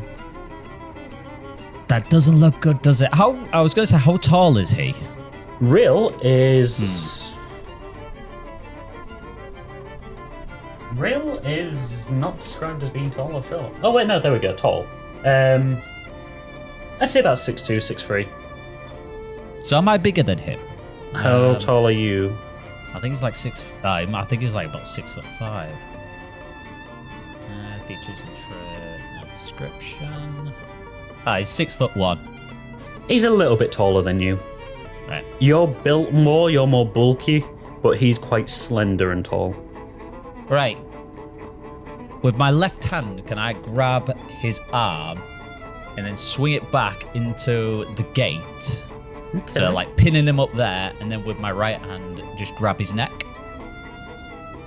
Okay. Are you grabbing his broken arm, I'm guessing? No, I'm grabbing the teleporting arm. teleporter. Okay, roll me a strength check to begin with then, please, to see if you can grab his arm. You'll roll opposed. Ooh. 20, not natural.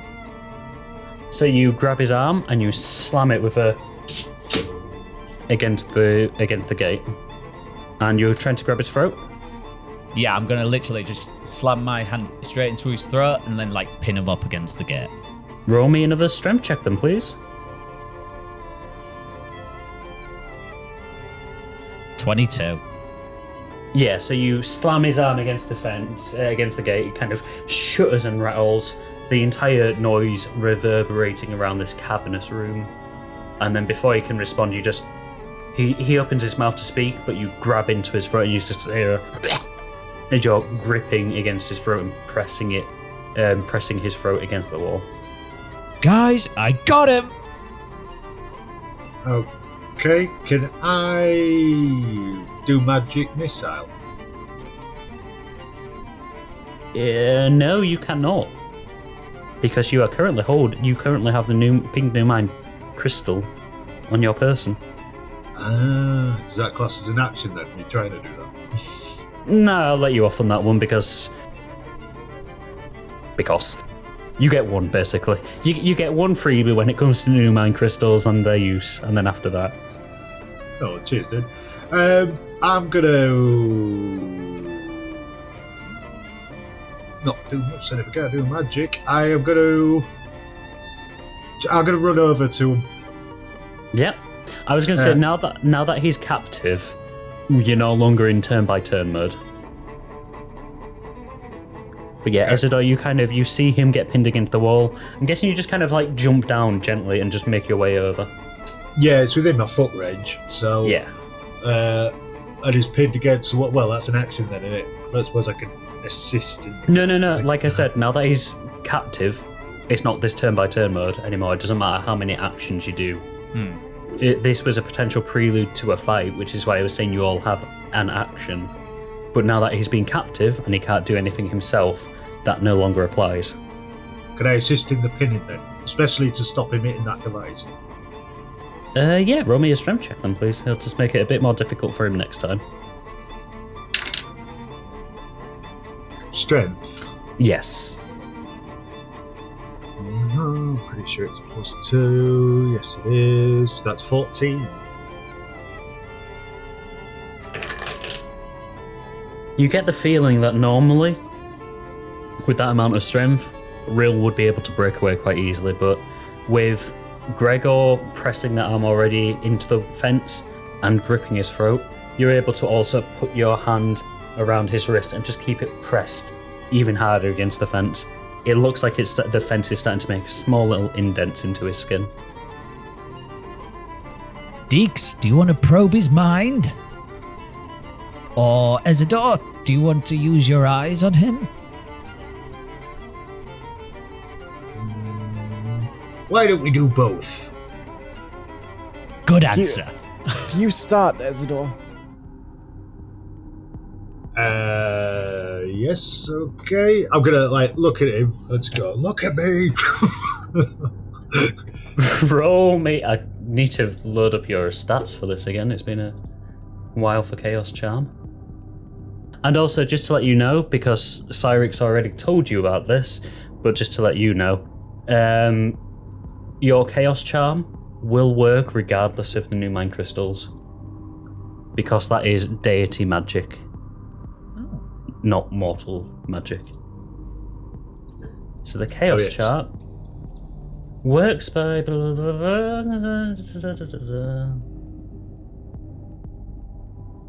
Yeah, roll Charisma then, please. Oh, it's good. I hope it is. I really do. Oh, yeah, I got you. +2. He's rolled really well. Yeah, but is it 18? I rolled an 18, and he's got a +2. Oh, hang on. I noticed on my magic sheet it says spell attack bonus +2. Does that mean anything? This isn't a spell attack, I'm afraid. So spell attack bonus means basically if you're trying to cast a spell as an attack, you have to roll to attack with that spell, that is the bonus that you add to that. I need to remember that, yeah. However, as you're saying, look at me, Rill does actually look at you. But you feel inside you, Ezador, that this isn't because of the Chaos Charm. He's not under your thrall. If anything, he's more likely to ignore what you're saying now. I just realised I did this already once before on him, so don't I have advantage? On Rill? Yeah. Let me... Oh, good point. Sorry. I think that's both of our bads there. Let me just quickly check, because I've got a running total, basically, of who you've got under your thrall. Because I'm pretty sure I did it before, and that's when JB was doing the interrogating his mind while I was asking the questions. That would make sense. Wasn't it? I don't have... What was that? Well, didn't I do it before on him? Because you was interrogating his mind? Or was that just... I don't think you've done it on Rill. I can't see anything about Rill having that. However, Ezador power and perks. Nope, the last person that you did it with was Genesis.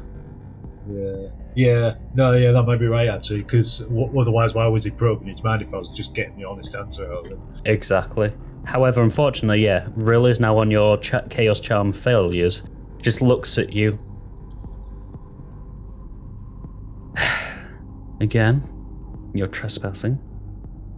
I would like you to leave, but I'm assuming you are not going to, so do what you must. Oh, Dix, will you get this smug piece of... annoying ass. All right. I'm going to run towards him and detect thoughts on him then. Okay. Don't need a saving throw for this, do we? If it's just the top level. What do you want to know, Ezador? Everything. I want to know everything. I want him to tell us and stop being so goddamn smug. We just need to know where the squirrel is, right? Yes. Where is the squirrel? Oh, God. As you're saying about him being smug, he's just like, I'm not smug, I'm a Vidalcan. We find expressing our emotions difficult, and we do things logically. What you're doing right now isn't logical. You're going to get snuffed out like a candle. Who by? And they say my people don't understand humour. The cult, of course. Ah, so you're part of the cult? I mean, I presume this is what this is what all of this has been about. Is it Oh, yes, it is. We have a couple of questions for you. Where is Draftland? Oh. You have to Draftland? Of course. Why would I tell you? Well, I could easily break your other wrist, snap your neck, maybe break your legs. You're big. Roll intimidation. JB, did you say that you were reading his thoughts at that point? Yeah, I'm constantly recording now. Okay.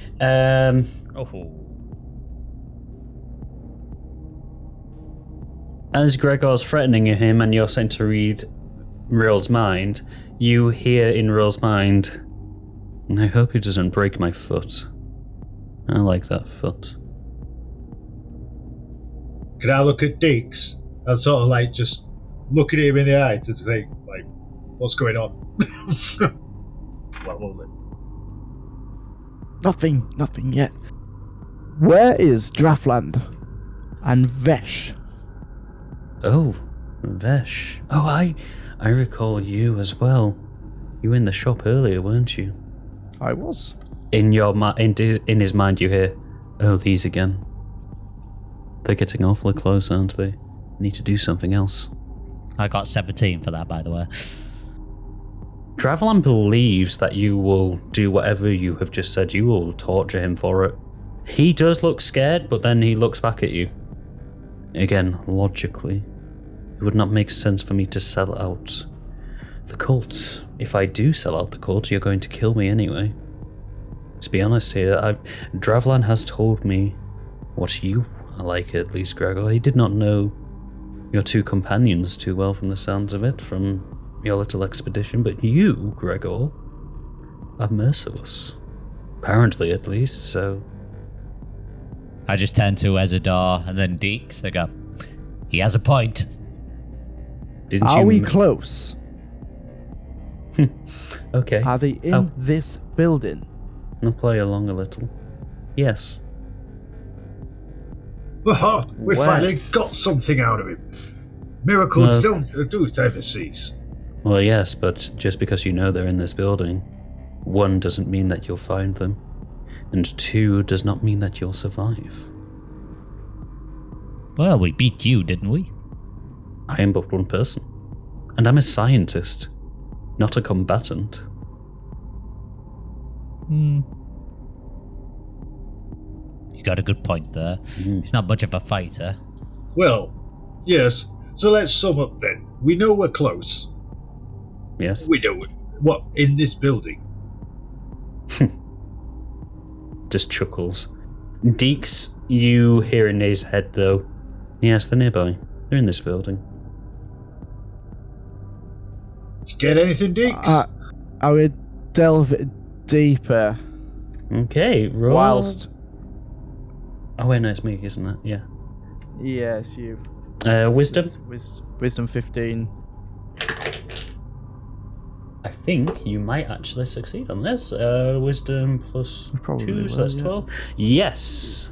So you succeed on this. So you're probing a bit deeper. He can tell that you're probing deeper though, can't he? Yeah. Yeah. So you hear Ezador and Gregor, you kind of like see Rill just kind of like close his eyes in pain, just like and Dix in his head, you hear him say, after, you know, like, are they in this building, whatnot? They're upstairs. They're not going to find them, even upstairs. Even if they find them, it's going to be too late. The girl already broke a few hours ago. Soon, she's going to make all of our crystals. And then we won't have to fuck around with these failed experiments of mine. They're upstairs. Are you sure, Dix? Something to do with the crystals and Vesh. It possibly too late. Apparently, she's already broken. I think we best run then. Do we need this guy? I just go, nope, and I start slamming his head into the gate over and over again.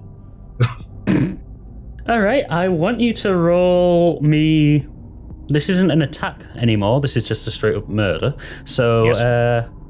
Start by rolling a strength check, please. On the first strike. Just going to do this straight against his AC. 22.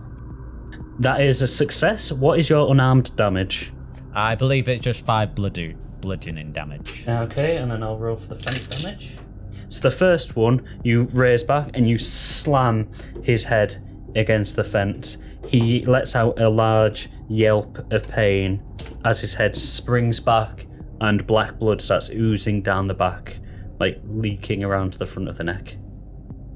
He's still alive though. He is not looking too great, but he's still alive. Ow. That was painful. I'm still in here. His head is just screaming in pain at this moment in time. He's in a lot more pain than he's letting on. But as he said, he's Vidalcan. He is not able to show emotion properly. Ezador, just do it quick.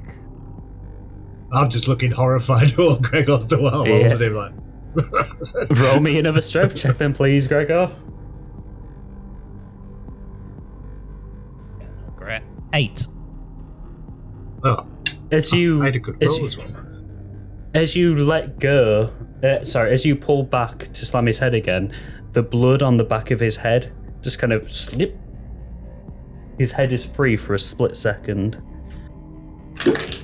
I need both of you to roll me sleight of hand or dex, please. Dex saving? Just a normal dex for her. Oh, okay. 7. That's fine, I got this. Dexterity? Yes. I hope you do, because he's... 15. See, this puts us in a sticky predicament here, because he got 13 plus 2, 15. Normally we say house rules attacker wins, but I don't know who the attacker is in this instance, because he is making the action against you guys, but you guys are attacking him. Is it just me that's attacking him, though, not I would have thought, yeah. Ezador? It's got to be the one that's making the actual action. Yeah, I would agree with that. So, Gregor, you, by a country mile, you are unable to react to this. His head just slides off your hand. I just like, that's weird. Ezador, you see that he is moving his head as quick as he can and leaning his body. You try to grab onto the scruff of his neck to stop him, but before you can, the tip of his nose has hit into his device. You hear another whoom, whoom, whoom, poof! A plume of purple smoke, and as it disappears, Rill has gone again, leaving behind a not insubstantial amount of blood on the floor. Was I still not grabbed onto him? No, you'd let go of him. Oh, did I? You had his arm. No, you had his arm, Hmm. but you didn't have his head anymore. Because as you were slamming it, the blood caused it to slip off the back of his head. So he could move his upper body, but he couldn't move Oh, the he's arm. completely detached his head. Is that what you're saying? No, he's moved. So let's say this arm here is like captured, right? So he can't move here, but this arm here, even though it's broken, can move, right? Yeah. And this entire section here, without being held like that, which would stop that movement, can move. So with the movement everywhere apart from here, he was able to go like this. Oh, I thought I would get transported with him because I was grabbing him as well. That's what I meant. Oh, sorry. You and Ezador, roll me con saves, please. Ooh. Oh, a lot better. Far jumpier than I should have done. 16. 16?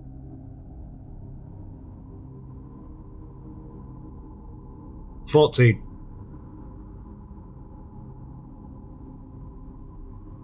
So Gregor was very close to saving on this.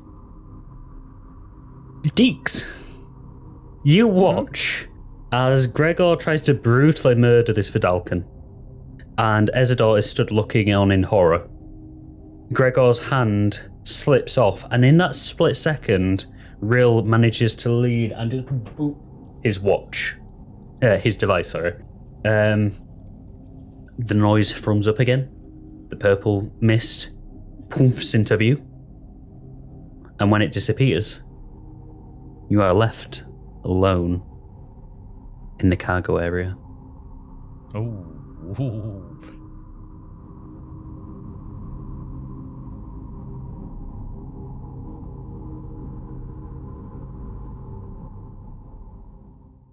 Hi everyone, Tom again here to say a big thank you to everyone who has watched and listened to this episode of RollCast. We've now finished recording all of Chapter 1, so we hope you're all looking forward to the last couple of episodes of this chapter. The Reaper, the Maelstrom, and the Thief is a homebrew Dungeons & Dragons campaign by RollCast. This episode is featured JB as Dix Meloncall, Coogan as Gregor the Last, Gareth Ryan as Ezador Calderos, and Tom Crabbe as the DM. Intro, midpoint, and outro music were, as always, provided by JB. Editing and sound mixing was done by Tom Crabbe. As we're rapidly approaching the end of this chapter, it's becoming even more evident on just how much the music and ambiences we use can have such a positive effect on our episodes. Honestly, without the generosity of these artists who allow us to use their pieces, it would really feel like something's missing. If you like what you've heard in terms of the music this session, I highly recommend checking out this episode's description for links to all of the tracks used, but of course, special thanks goes to Alexander Nakarada, Avery Alexander, Blackgate Productions, Kevin MacLeod, Michael Gelfi Studios, Survival Spheres, and The Seventh Midnight. RollCast is on Facebook, X, and YouTube. You can find us on them using the handle @CastThatRoll. So if you've watched this episode on YouTube and you like what we do, why not like the video and drop us a sub? Maybe leave a comment. It really does help us get us out there. We've also got all of our previous episodes up in our Season 1 playlist, so again, why not go through it, catch up, and maybe give them a like and comment as well.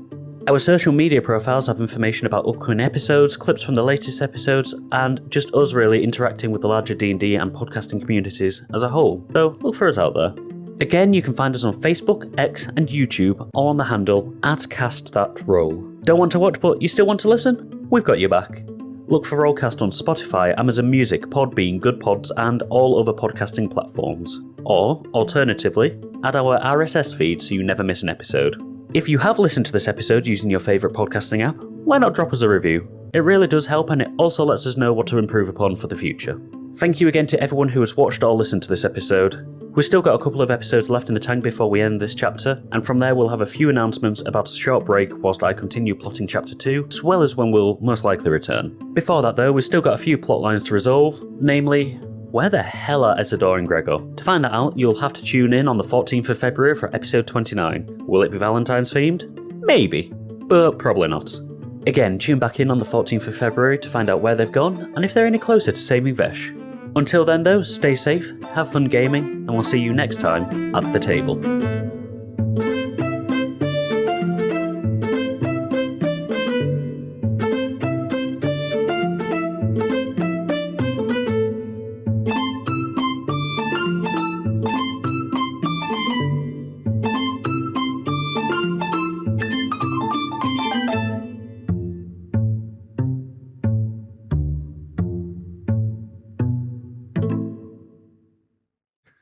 Give him a round of applause. Finally. Tom, our DM, everyone. That has to be the most ridiculous intro we've done.